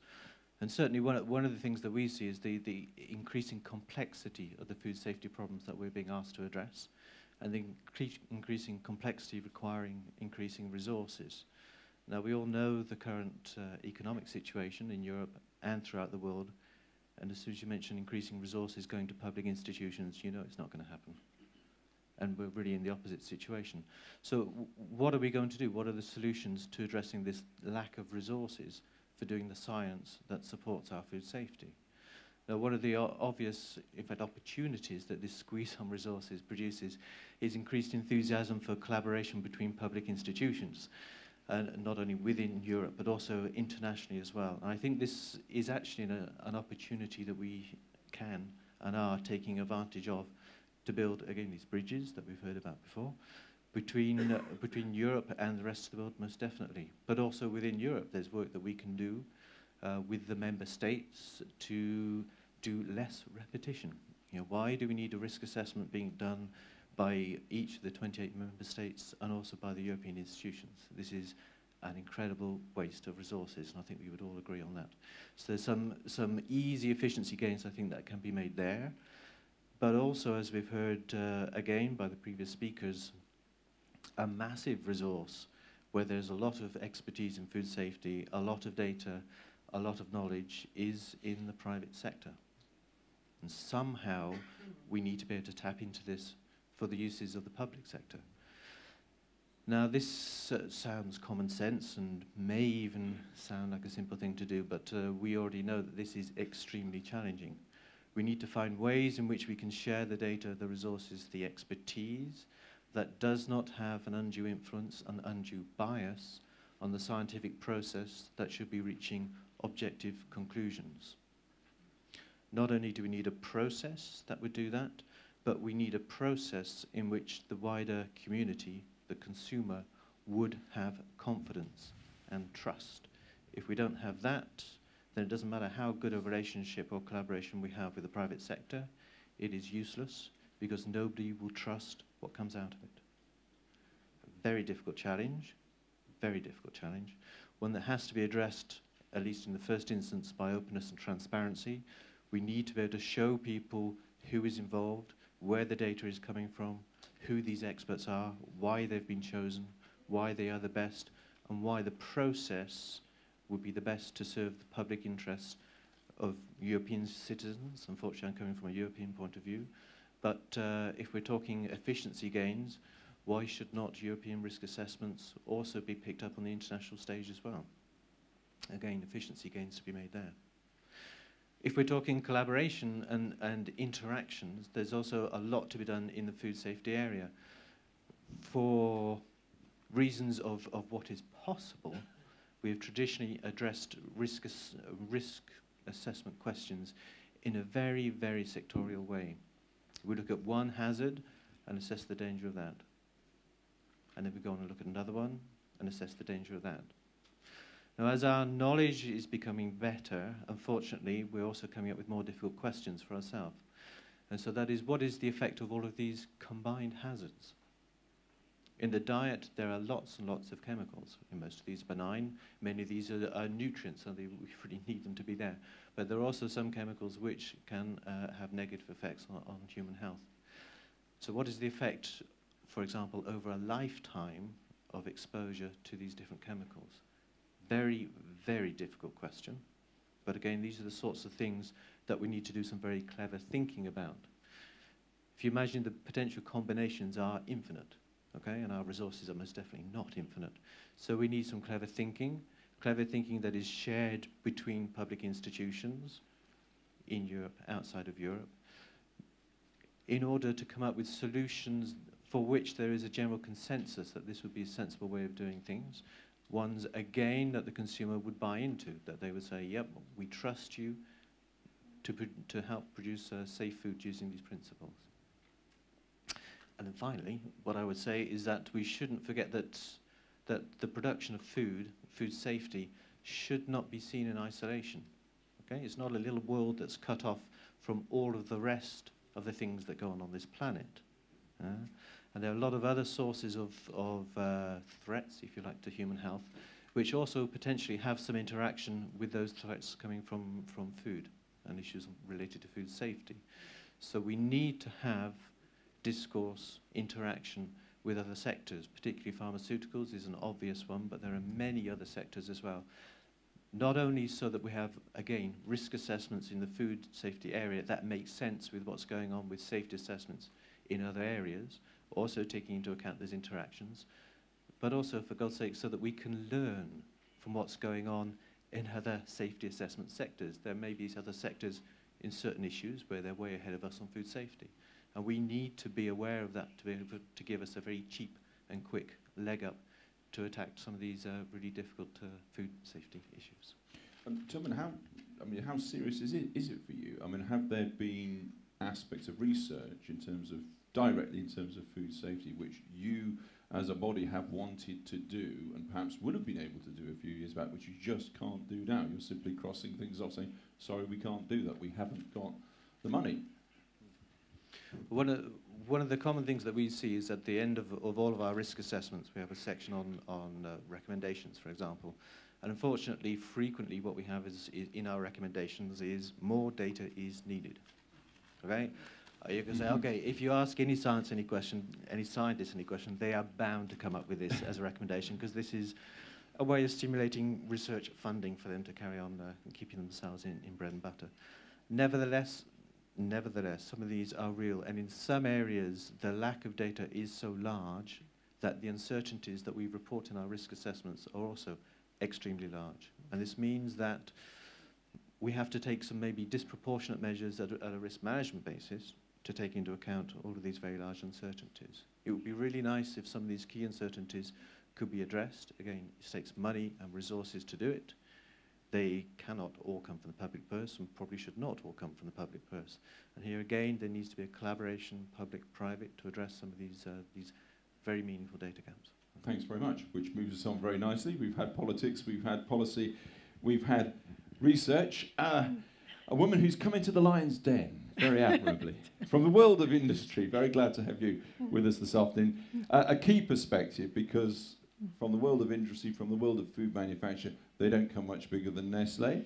I'm sure our next speaker will be the first to agree. Nestlé have not been without their problems and their controversies down the years. But she is Vice President of the Nutrition, Health and Wellness and Sustainability at Nestlé. Anne Rouland, and you've been listening to these various points, not least the last one about the desperate need for collaboration. Absolutely. Tell us how you reach out. Okay, maybe I can just come back on a point that Toby mentioned about trust in the private sector.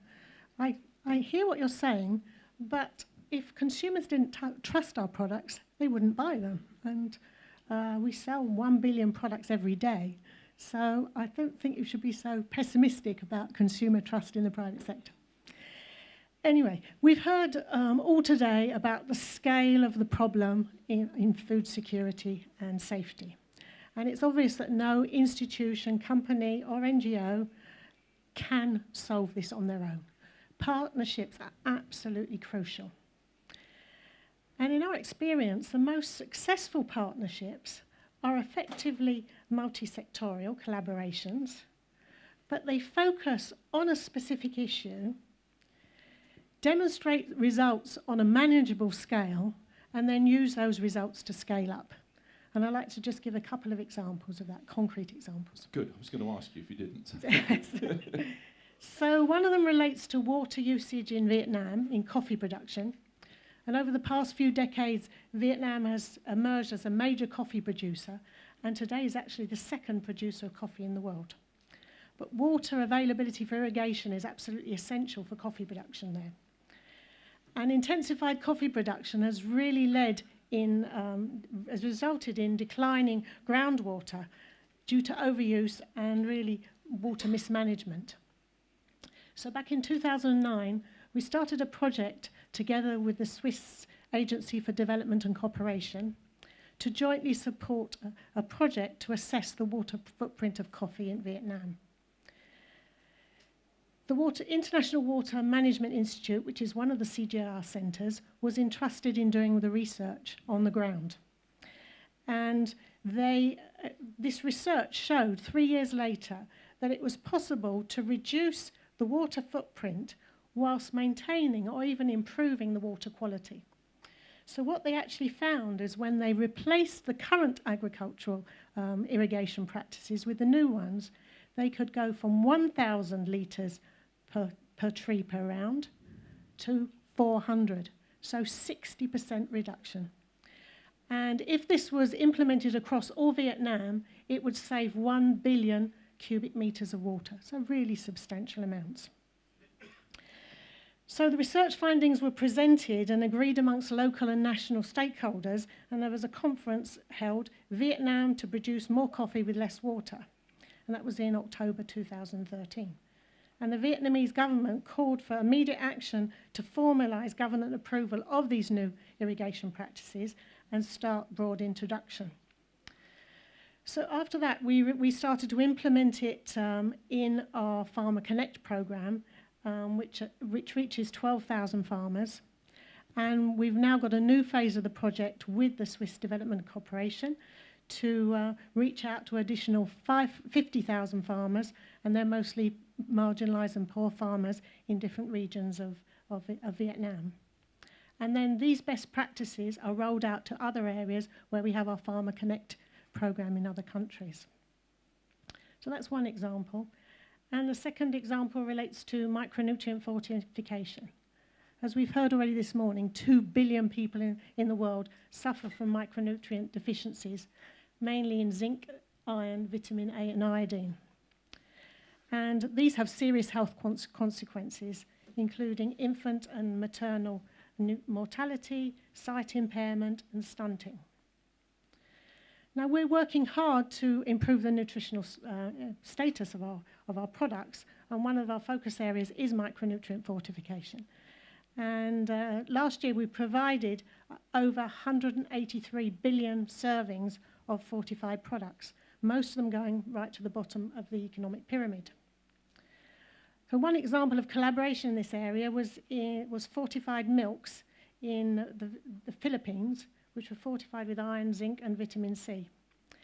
And we had a partnership with the Zurich University of Applied Sciences and the Philippine Food and Nutrition Research Institute. And this collaboration was able to demonstrate that anemia could be reduced by 50% and cognition could be improved by 10% in children 6 to 12 years old. And then the government came in and supported information to mothers to increase awareness about iron deficiencies, because many mothers just don't know that their children are suffering from these micronutrient deficiencies. And this resulted in an increase from 19% to 30% of awareness, and this is still building. And then the University of Zurich completed a health economic study to evaluate the burden of disease and the losses of income and ultimately in GDP that would result from these deficiencies. So this kind of direct fortification is one of the approaches that we have to helping to address these deficiencies, but we do reach limits due to taste changes, colour changes, product stability by direct addition of these micronutrients. So the other area that we're working in is biofortification, and this is varieties of crops that are naturally rich in these micronutrients. And there's been some fantastic work done in the various CGIAR centres around the world with important financing from some NGOs to find amongst the natural genetic diversity the right varieties that can be then bred using conventional breeding and marker-assisted selection to develop new enriched crops. So some of these varieties are now available. They've been released by certain governments, but you actually can't buy them. You know, they're existing. They're officially released, but they're not available. For example, high-quality seeds are not available. So we are trying to start to create a commercial pull for some of these products, to put them in our food products, so that the smallholder farmers will start to grow them. They will then consume some of the crop themselves, which will improve the micronutrient status of themselves and their families, sell the rest that we can then put in our products, which will help the urban poor who can't grow their crops any longer, according to their environment. So this has involved collaborations with institutes like the IATA in Nigeria, with local seed companies like Seedco, to really start to have these crops grown and create this commercial pool. And this year we're going to be launching our first product, which will be an all-family cereal in Nigeria, which is enriched with provitamin A. Great, thanks very much. So these are a few examples of concrete actions that can then scale. Sure, that's good. Well, I was going to ask, but you gave it to me anyway, so thanks for that.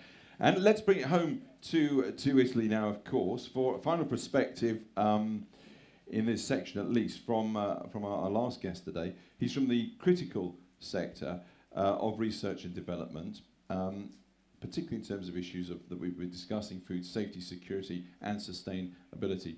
So, ladies and gentlemen, our final introduction to the Director of Development of Biology, Agriculture and Food Science at the National Research Council of Italy, Francesco Loreto. Francesco.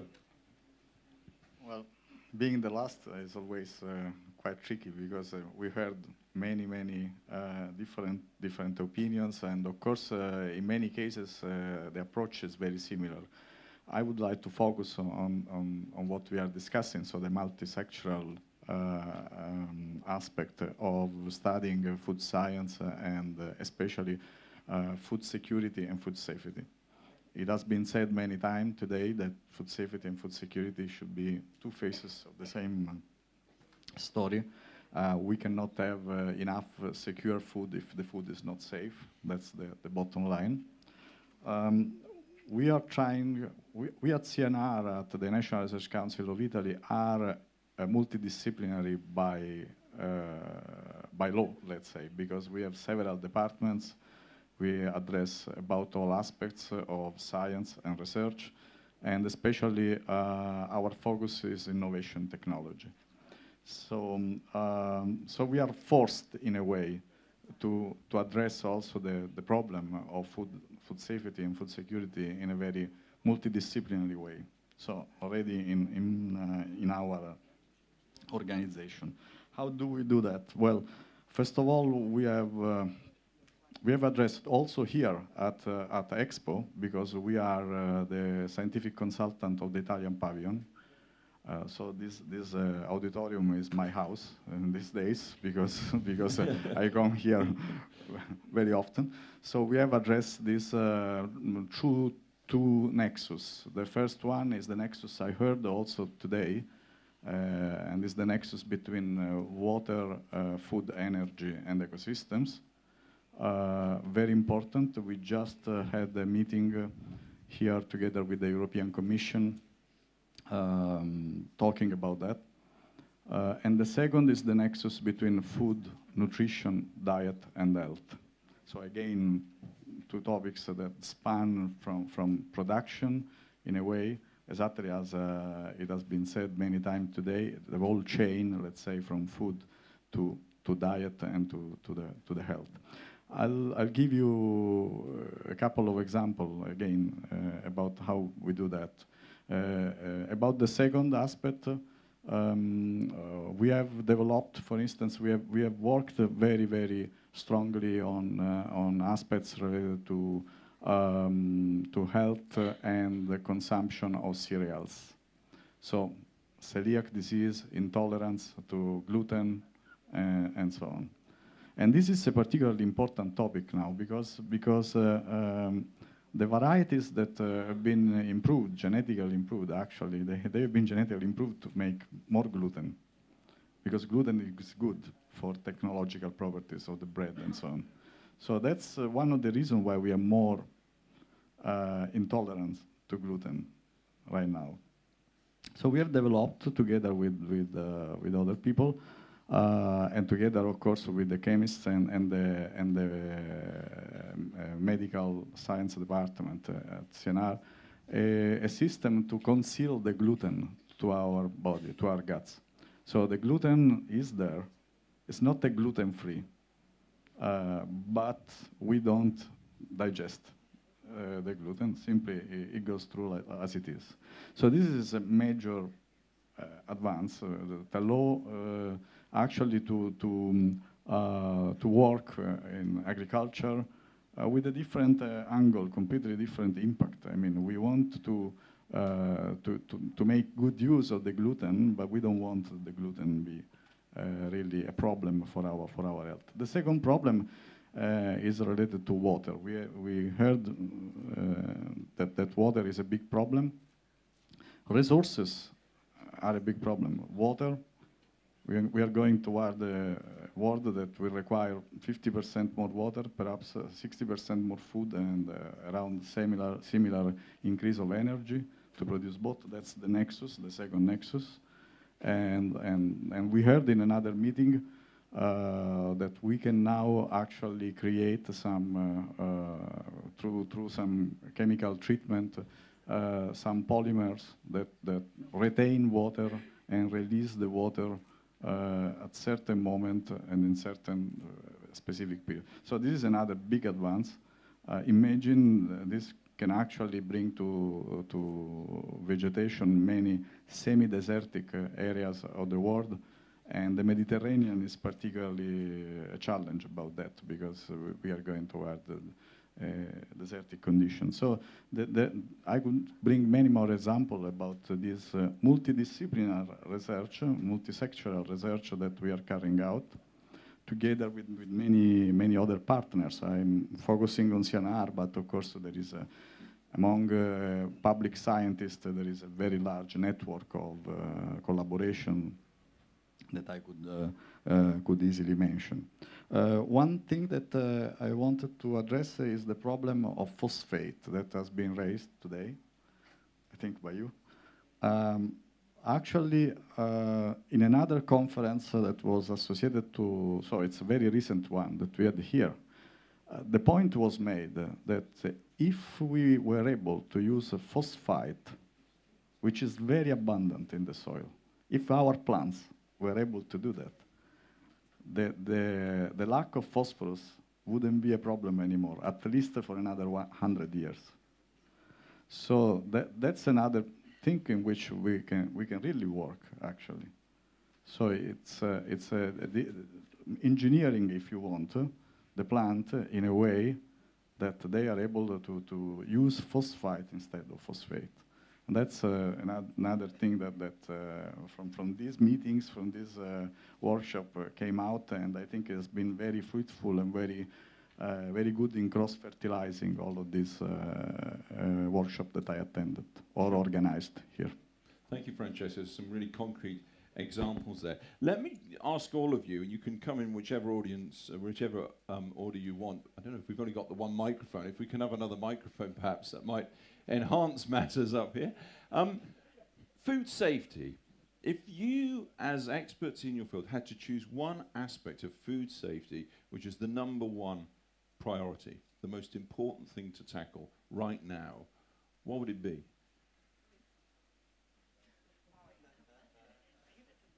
Go. There's a brave man. Thank you, Tom. You're number one. And you've got all the resources you want, okay?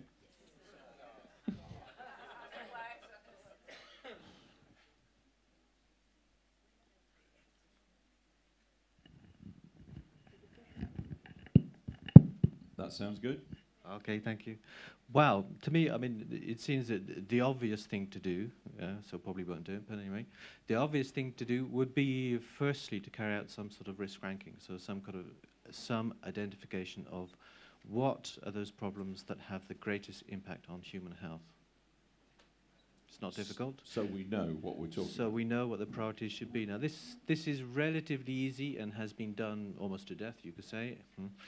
In the field of infectious diseases, so microbiological food safety. And there we have, I think, very clear indications, not only in Europe, but also, I would hope, so yes, worldwide as well.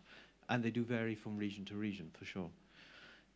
In the area of chemicals, it's rather more difficult, principally because there is often, what we're looking at is chronic effects and not acute effects. So very difficult to make an association between consuming food that is contaminated and looking at a health effect on that. Very difficult to make those kind of connections. So very difficult to do the risk ranking on the chemicals. On the microbiology side, it's easy. Also, we've had a look ourselves, trying to compare chemical risks with microbiological risks. So the difficulties on the chemical side make that comparison very difficult. We know for sure on the microbiological side, the effects are often relatively rapid and pretty severe. And so, and here I say that I'm a microbiologist myself, so maybe I have a bias on this. But I would say that certainly if, addressing these microbiological infectious diseases that are foodborne is of utmost importance, and probably much more important outside of Europe as well. Right. Top priorities for... Well, not necessarily top priority, but if you think of the proportion of the world that relies on cereals as the main calorie input, I think mycotoxin contamination is extremely important.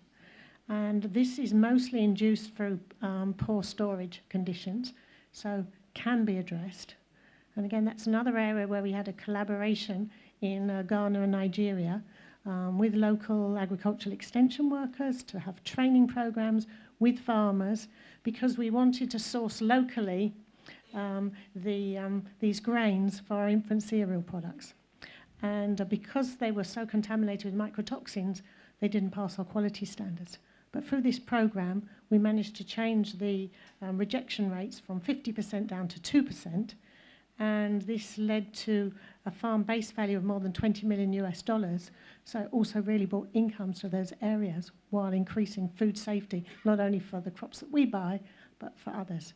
So I think, it comes to really looking at concrete problems and finding ways to address them, rather than just getting overwhelmed by the immensity of the issue. Right. Kazuaki, I'm sure you're a man who's never overwhelmed, but what would be your biggest area of concern here? Well, because my colleague didn't choose resource mobilization, I might pick it up on that. When I had the first time the microphone, I wanted to say that food safety is the area which has no highs and lows in a very drastic manners. And if you don't have a predictable sufficient funding, it doesn't have to be ideal funding, but predictable sufficient funding for 10 years or 20 years. How you can attract young, ambitious talents to work into the field of food safety? You can't. And you can't commit investment to create significant and solid national structures if you don't have the outlook over 10 years or 20 years. I think this is really hampering the food safety investment at all levels in food safety. So I think the resource mobilization and this in a stable way and sustainable way is a key. I mean, for medicines, it's easier because you develop new medicines and you pay for it, and you in that risk, safety assessment is done on the basis of the dossier fees.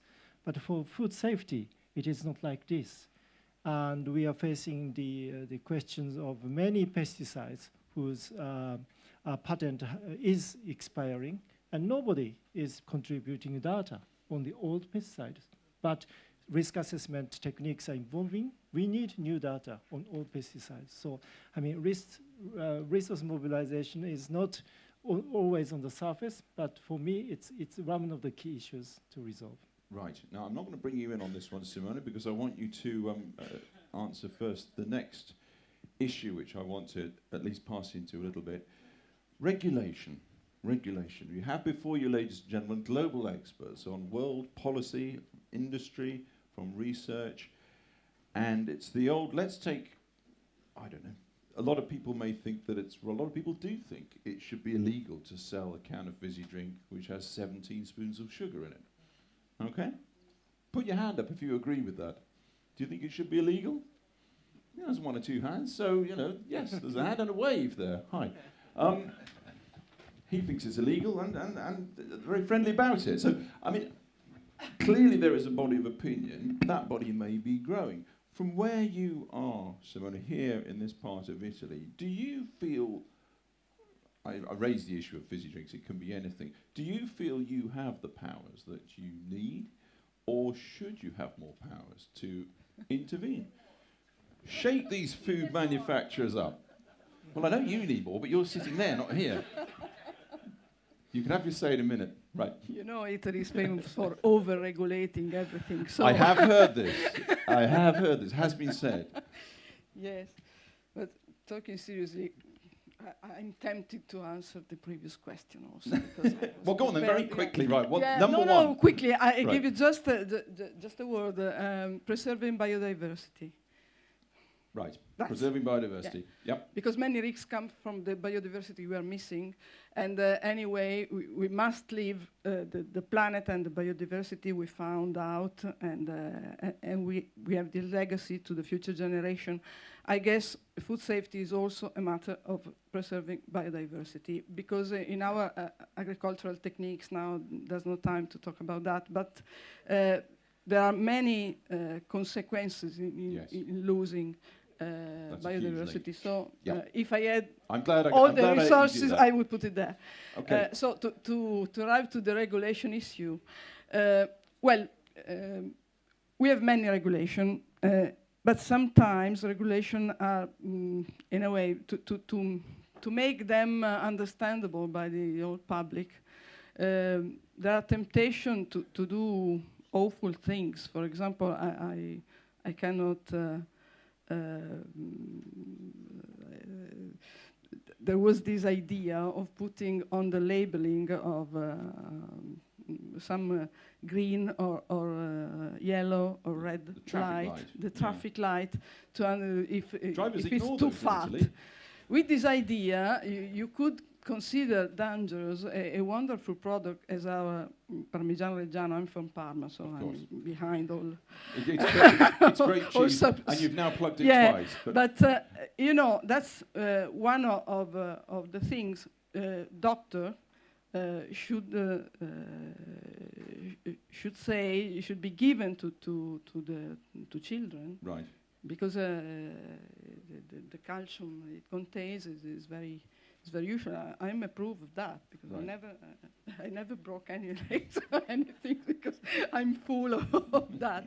So I'm just joking, but the idea of regulating and give an impressive idea, these are very complicated issues. So one thing we should do is not to exaggerate with standards or to overwhelm the old things, because now it's happening in a way, probably even in some UE regulation, because that's true. Every country does its own regulation. That's Okay. crazy, of course. I don't know if I have all the power I need, because Italy is quite complicated. You know, agriculture is a matter which is national, but also devolved to some region for some aspects. So, in a way, for example, we have some laws, which were the one I mentioned before, which are made by Emilia-Romagna region and are not completely similar to the others. And probably some regulation, if you make them, being the first to do it, sometimes helps. For example, there's this issue of precision agriculture. I guess agricultural techniques will have a wonderful improvement in the next few years, I guess, because if you go around the expo, you see wonderful innovation possible in crops, in the way you do agriculture as a whole. These satellites of the European Space Agency, which will provide us many data, I hope open data, on how much chlorophyll is there, how much water in the single plant and everything. So there's a wonderful work coming probably, but if we can do a specific program on precision agriculture, probably we will have better crops and better things. Okay, And this depends on regions. Right, depends on regions. Two people who made a noise just now, I'm going to give you a shout.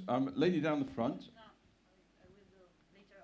Oh, do it now. Come on, don't be so silly. Why do you think we should have more regulation? No, because that was relating to the division of power between the central power in Italy and the local powers. So I was making a sort of joke. Right. Give them more powers and the... Okay. Who was waving at me sort of halfway up? Somebody was waving, said they want more regulation. I'd love to hear some ideas as to why, so we can give those back to our panel and see what they think. Who was waving at me? Or have you gone shy? Have you changed your mind? Yep, you sir, yeah. You want more regulation, why? Because, like I said, you know, industry is just after making produce that they can sell, not taking into consideration what this, the bad effect on especially the young, the children and so on. Right, industries after the bottom line, not taking account of people's health. You will get your shout, and don't worry. But before you do, gentlemen, any further thoughts before I give Anna a comeback on that? Regulation? No? You're all shaking your hands. You all think we've got it right? Okay. Anne? No? Yes, please. No, I wanted to say, well, about regulation, I wanted to say that I fully agree with the minister. I mean, I hate when I have to read in the label of something that I am buying at the supermarket for hours. So it's the label should really report those facts that are very important for the health, but not really things that people don't care or that are not important about that. So that's a very important issue, and I think we should do a lot about that. But let me answer to your first question. What is really needed for food safety? Of course, everything has been said again is very sensible. But I think from my point of view, from the point of view of research, what I really would focus, beside, of course, precision agriculture, biodiversity, conservation, mycotoxin, which are very important not only during storage, but also in the field, by the way. I would focus on metrology of food. So how is possible really to detect with the most sensitive way contamination and food quality and so on. And the second issue is analysis of big data, because now we have so many data that we really need tools, exactly like in genomics. And in bioinformatics, we need tools to analyze all the data that we have in a very sensible way, and make good use of them. Okay. So these are the two things. Okay. Now, Anna, bringing it forward to the last question. Answer the gentleman. For better or worse, as you know better than I, a lot of people think big food sells far too much food that has far too much fat, far too much salt, and far too much sugar, and they do it because it sells, because we like the taste of it, and they need the profits. Okay. Well, coming to the question on regulations, we'd certainly favour more regulations, in different countries around the world, provided those regulations are based on science. Because sometimes we see regulations that are not at all based on science, and then it's really disastrous. But if you have science-based regulations, then all companies are on a level playing field, and it makes the whole thing much clearer. Right. Concerning only wanting to sell more sugar, fat and salt, I mean, we've made commitments to reduce those, and we've got a very intensive program that is covering a wide range of our portfolio to reduce salt, fat and sugar.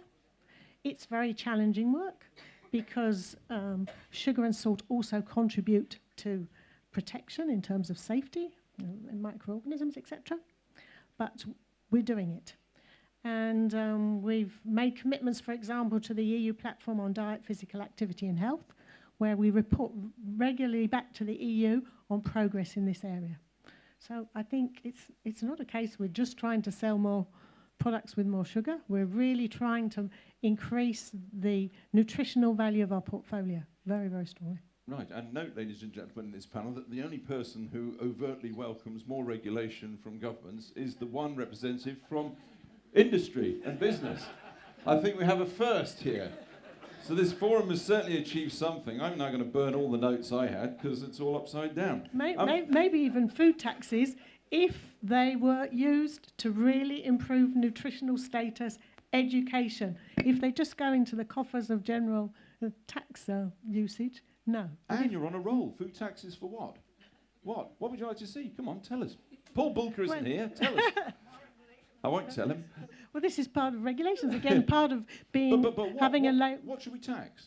Well, that is the challenging thing, because looking at single nutrients is very difficult, because these all play a part in an overall diet. So, exactly what to tax is the issue. Yeah. Right. Yeah. Tobin, Francesco, the scientists are all sitting here silent. This is your big moment. You've got the woman from industry, from Nestle, for goodness sake, saying we want regulation, we want tax, we want to help you. You can't sit there in silence. Come on, you won't be sacked. Okay, well, first I come from a public body that is not a regulation body. Okay, we don't issue regulation. Just there's science that is there to support the production of existing and indeed the production of new regulation. So very much, dare I say, online with my colleague from industry here, that regulation should be science-based. It should also be proportional. Regulation costs, and therefore it has to have a benefit. And I think there has to be an awareness of that. We can't have an infinite amount of regulation, so we need regulation where it can have an impact on public health. Right. Like what? You've been saved by the World Health Organization. Well, WHO doesn't regulate directly the consumers or industry. We go through the sovereign states. But it'd be fun if you could. Yeah. So what would you do? Well, but this being said, I mean, we should not be talking about the amount of regulation, but rather the nature of regulation. Yeah, I think if we observe what happened over the past 30 years ago, I mean, we moved from the regulation of end product checking to the regulation of production process, let's say, authorization or accreditation. So this is a huge step we have taken. But still, in certain parts of the world, they are still doing end product checking, the border checking, just discarding tens of tons of products simply because mycotoxin level was slightly exceeding such and such levels. I mean, we have a lot of work to do to further this shift from end product control to the process control, which is still underway in other parts of the world outside Europe. Could I ask a question of the panel? Yes. Here. Hi. So tell us who you are, sir. Roger Beachy from UC Davis, the World Food Center. Hi, Roger. The question I have for the panel, let's look forward 10 years. We're looking at the history of what we've got, and we're trying to correct a past. You're now looking at 10 years down the road. What is the resource that you all would like to have for that would provide, and the big data piece really comes in here because the analytics are available to do this, that you could in fact reduce risk in food safety in 10 years to an order of magnitude less than it is today. What are the tools you want to have at your fingertips to do that? And then let's plan forward a research program to get you those. Right now, we're all projecting how bad it is because we all want it better. So what is the steps? I mean, you started it with suggesting what your priorities would be. But look forward 10 years and ask yourself, and then let's make a recommendation for what those goals ought to be and how do we measure progress in a decade and in 2 decades. Okay, well, we'll get on. We can fantasize about the resource mechanism and how we measure it, but the key thing of your question, as I understand, is what's the tool you need to do that, to make that improvement? So we're not sitting here in 10 years saying the same darn thing. Yeah, so we're not sitting for the microphone, so we're not sitting here in the next 10 years saying the same darn thing, right? What do you need? Tell me. A microphone. You need a microphone? You've got your microphone. Let's assume the resources there. What's the tool that you need to make the difference? Yeah, I think one of the challenges that we're going to face are in the area of crises. Like, crises are extremely resource intensive, and they're going to pull resources away from us addressing some of the long-term fundamental issues that we want to look at. And what sort of crises are we going to be facing in 10 years' time? Well, there's unfortunately plenty that we're already seeing related to climate change. Okay, it's a bit of a boring story, but it's becoming real. So we have, in the European context, and this is a European context, particularly diseases, infectious diseases of animals, humans, moving from outside European territories into European territories, where previously they haven't been able to establish themselves, but now, due to climate change, they can. And it would be very good if we could anticipate those to a sufficient degree that when they arrive on our borders, they don't have to be treated as a crisis, but that we already have the stuff in place to deal with them appropriately. And that potentially would make massive efficiency savings that we could then deploy elsewhere for some of these other problems. Right, there's one tool. Clear answers to the clear question. Francesco. Along the same line, I think besides what I said, so metrology to make be more sure about contamination and so on, big data analysis, but it's true that our next challenge probably from now on is to feed population with novel food, and therefore the challenge is to make sure that the novel food is as safe as the food that we are eating now, starting with insects, for instance, and ending with the algae or jellyfish, just to tell you some of the food that probably we need to eat in the future. So that's a very big challenge from now on. Sure. And yes, I mean, if you went to your, I don't know how it works within Nestle, but if you go to the board, bang on the table and say, I need X to make a difference to Y, what would it be?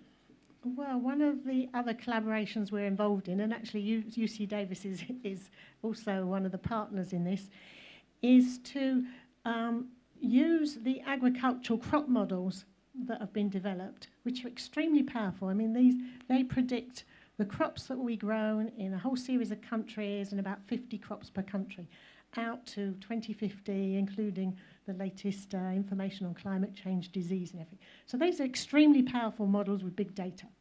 But the problem is, what comes out of it is tons of the crop and calories of this raw crop. So calories of raw rice, maize, etc. Well, that doesn't bear any relation to what people actually eat. So yeah, it's got a value, but it's got a limited value in predicting nutrition security in the future. So what in this multi-stakeholder collaboration, which involves IFPRI, the International Food Policy Research Institute, UC Davis, universities in Australia and some European universities, we've tried to take the output from these crop models, then look, so this is the amount of these crops that are available in a certain country. Then there's imports and exports, so this is the net balance. Then what would be actually a typical diet that one would actually consume from these crops? So then you've got real foods that you can feed into nutritional models, you can feed into environmental sustainability models, and then really understand both the nutritional value and the environmental input over time.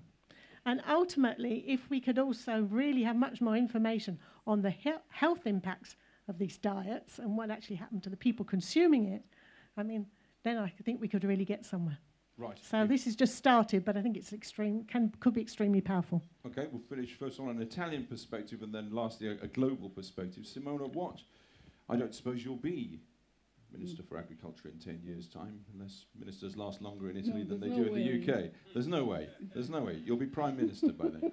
So, obviously, you'll have moved to higher office. But if you were still there, imagine that, what do you need now to make your job in 10 years' time more effective? What one thing? Well, we should begin now to face the bigger threats. I entirely agree. Climate change is one, probably the previous one. We are already experiencing awful situation. Last week in Piacenza, for example, we had a flood, very unexpected, and it was a very extreme phenomenon. It happens always, often and often. So we have to begin now to face it. Just yesterday we presented in this same palace the results of a project we are now developing. We are in the middle of it. It's a European project called Climate Changer. And it's the application in the fields of techniques which would help us to fight the climate change. So you work on varieties, you work on the soils, you work on that. We have 50 farms which are experimenting, and now they already got a result of lowering carbon emissions of 20-25%. So you could do something now, and it's expected in 10 years. We have some results, but I will give you also a more political answer. Sorry for that, but I guess the real indicator would be the reduction of inequality.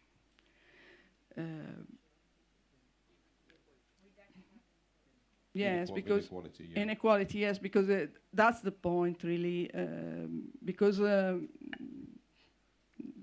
we know that the people around the world cannot afford now the safe food the same way. Of course, this would be, well, I'm an economist, so I cannot give you scientific answers as they did, but at the end of it, probably the indicator is sustainability of the system. So how much land we have, if the land has been grabbed or not, if the soil is still good, we have organic matter in the soil, because this is the point we don't have now. And this is at the beginning of the whole thing.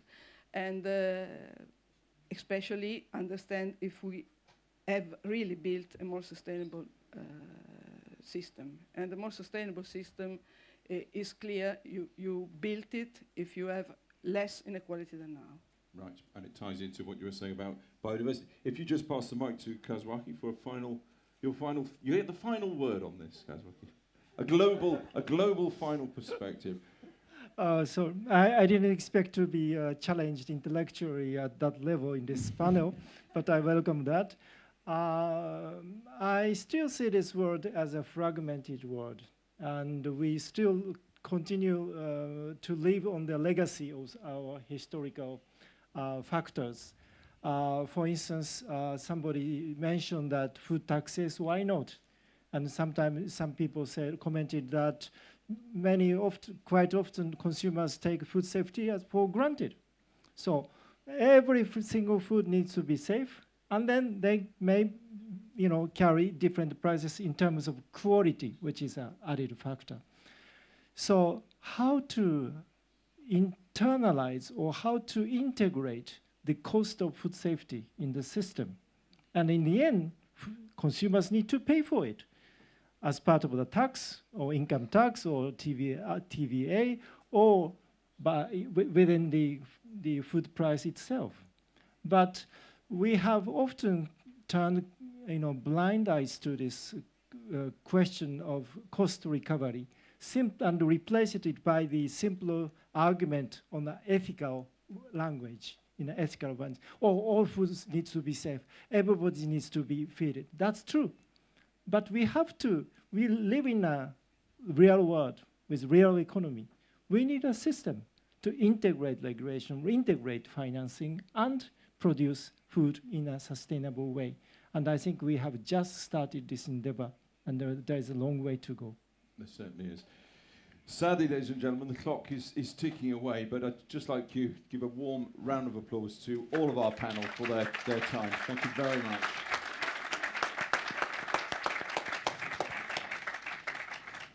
I have another 113,000 questions here, as I'm sure you all do too. But time is out. If you take your seats again, I'll just hand on to our final speaker this afternoon.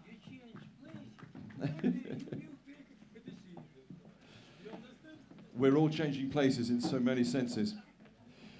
I think we're almost at the end of this afternoon's session, so it just remains for me to hand over to Marta Das, who's going to make some concluding remarks. Marta, the stage is yours. You've already taken it once from down there, but I'll stay with you. Okay, don't feel alone. Because I do not know anything in particular about food safety, so it's a real problem for me. But let me thank you. Really, it was a very interesting, a bright discussion, in my view. I was part of many different events during the expo, and I have to say this one was particularly interesting to me. The only missing link, if you wish, is in my view, especially because I am the executive president of Women for Expo, the problem of women. If I'm not wrong, the viewpoint of the women angle was not mentioned by any of you, except for Anne Roulin, if I'm not wrong. I think it's an important one, because if we look to the link between food safety, nutrition, and health, the role of women is particularly important. So I would say, as a general suggestion, that we have to reconsider that as an important viewpoint, as an important perspective, and not to be overlooked. The second point I would like to make is the following one. I think that the speaker from the European Commission, Miko, was particularly interesting when he was saying, more or less, we have a very good amount of safety in Europe right now. The real problem is what's going to happen in 10 years from now. And all of you gave different responses to the problem of the main driver to get a change. The change means we need to have a global system. That was very clear from what has been said, especially by Simona Caselli, but others. We need to be able to produce more food without losing safety. So this is a major point. And I think that the idea that research and innovation is key is clearly the right one.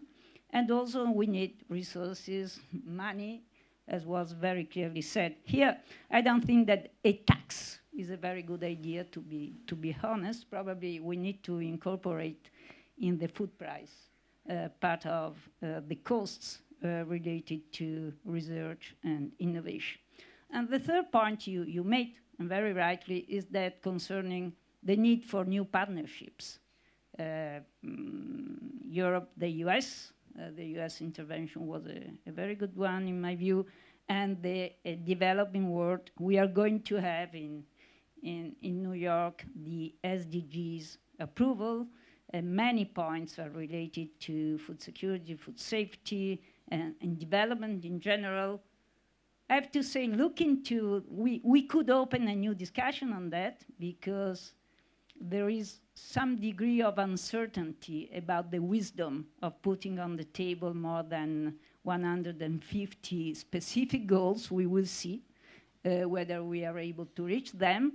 And it's striking in a sense that we have more than 150 goals and without any particular mention of migration, for instance. One of you related to the importance of migrations for food safety. I think it's a point, a very well taken one. But in any case, migration is a missing link in SDGs, which is striking, and the same can be said for other particular points.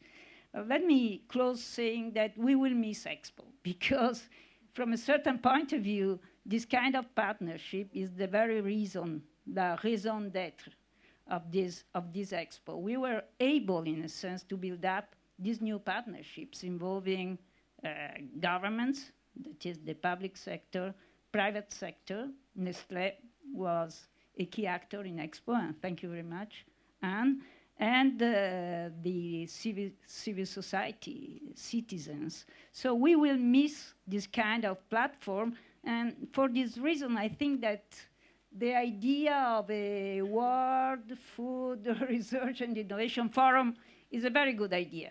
The idea that we will have to go to GOM to build up a sort of permanent platform so as to be able to discuss this fundamental point, this fundamental issue, food safety and food security in an appropriate setting.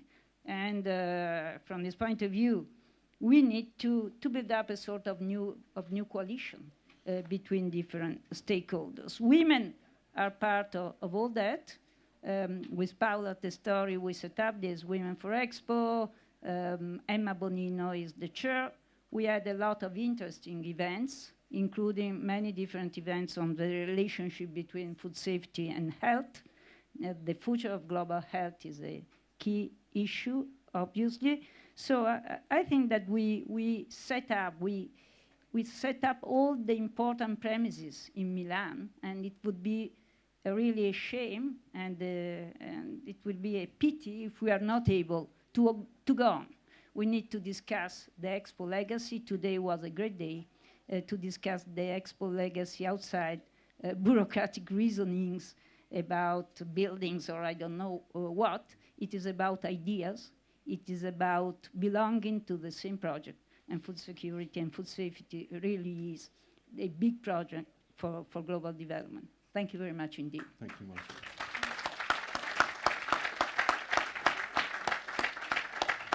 Sorry, I'm not next.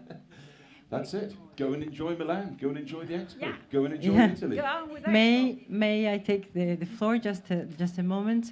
First of all, to let the organization of the World Food Research and Innovation Forum thanks all the wonderful speakers we have got today, and for the exciting days, because we have really two wonderful panels.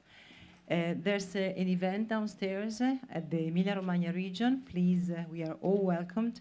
And then at 7 o'clock again, we will meet you for the special dinner in honor of our international guest at the Biodiversity Park once again. So please don't miss it. Be with us again.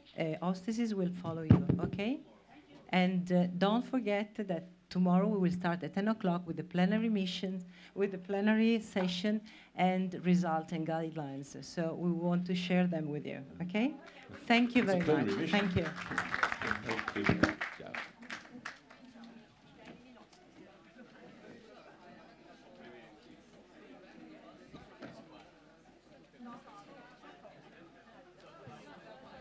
It was fun, wasn't it?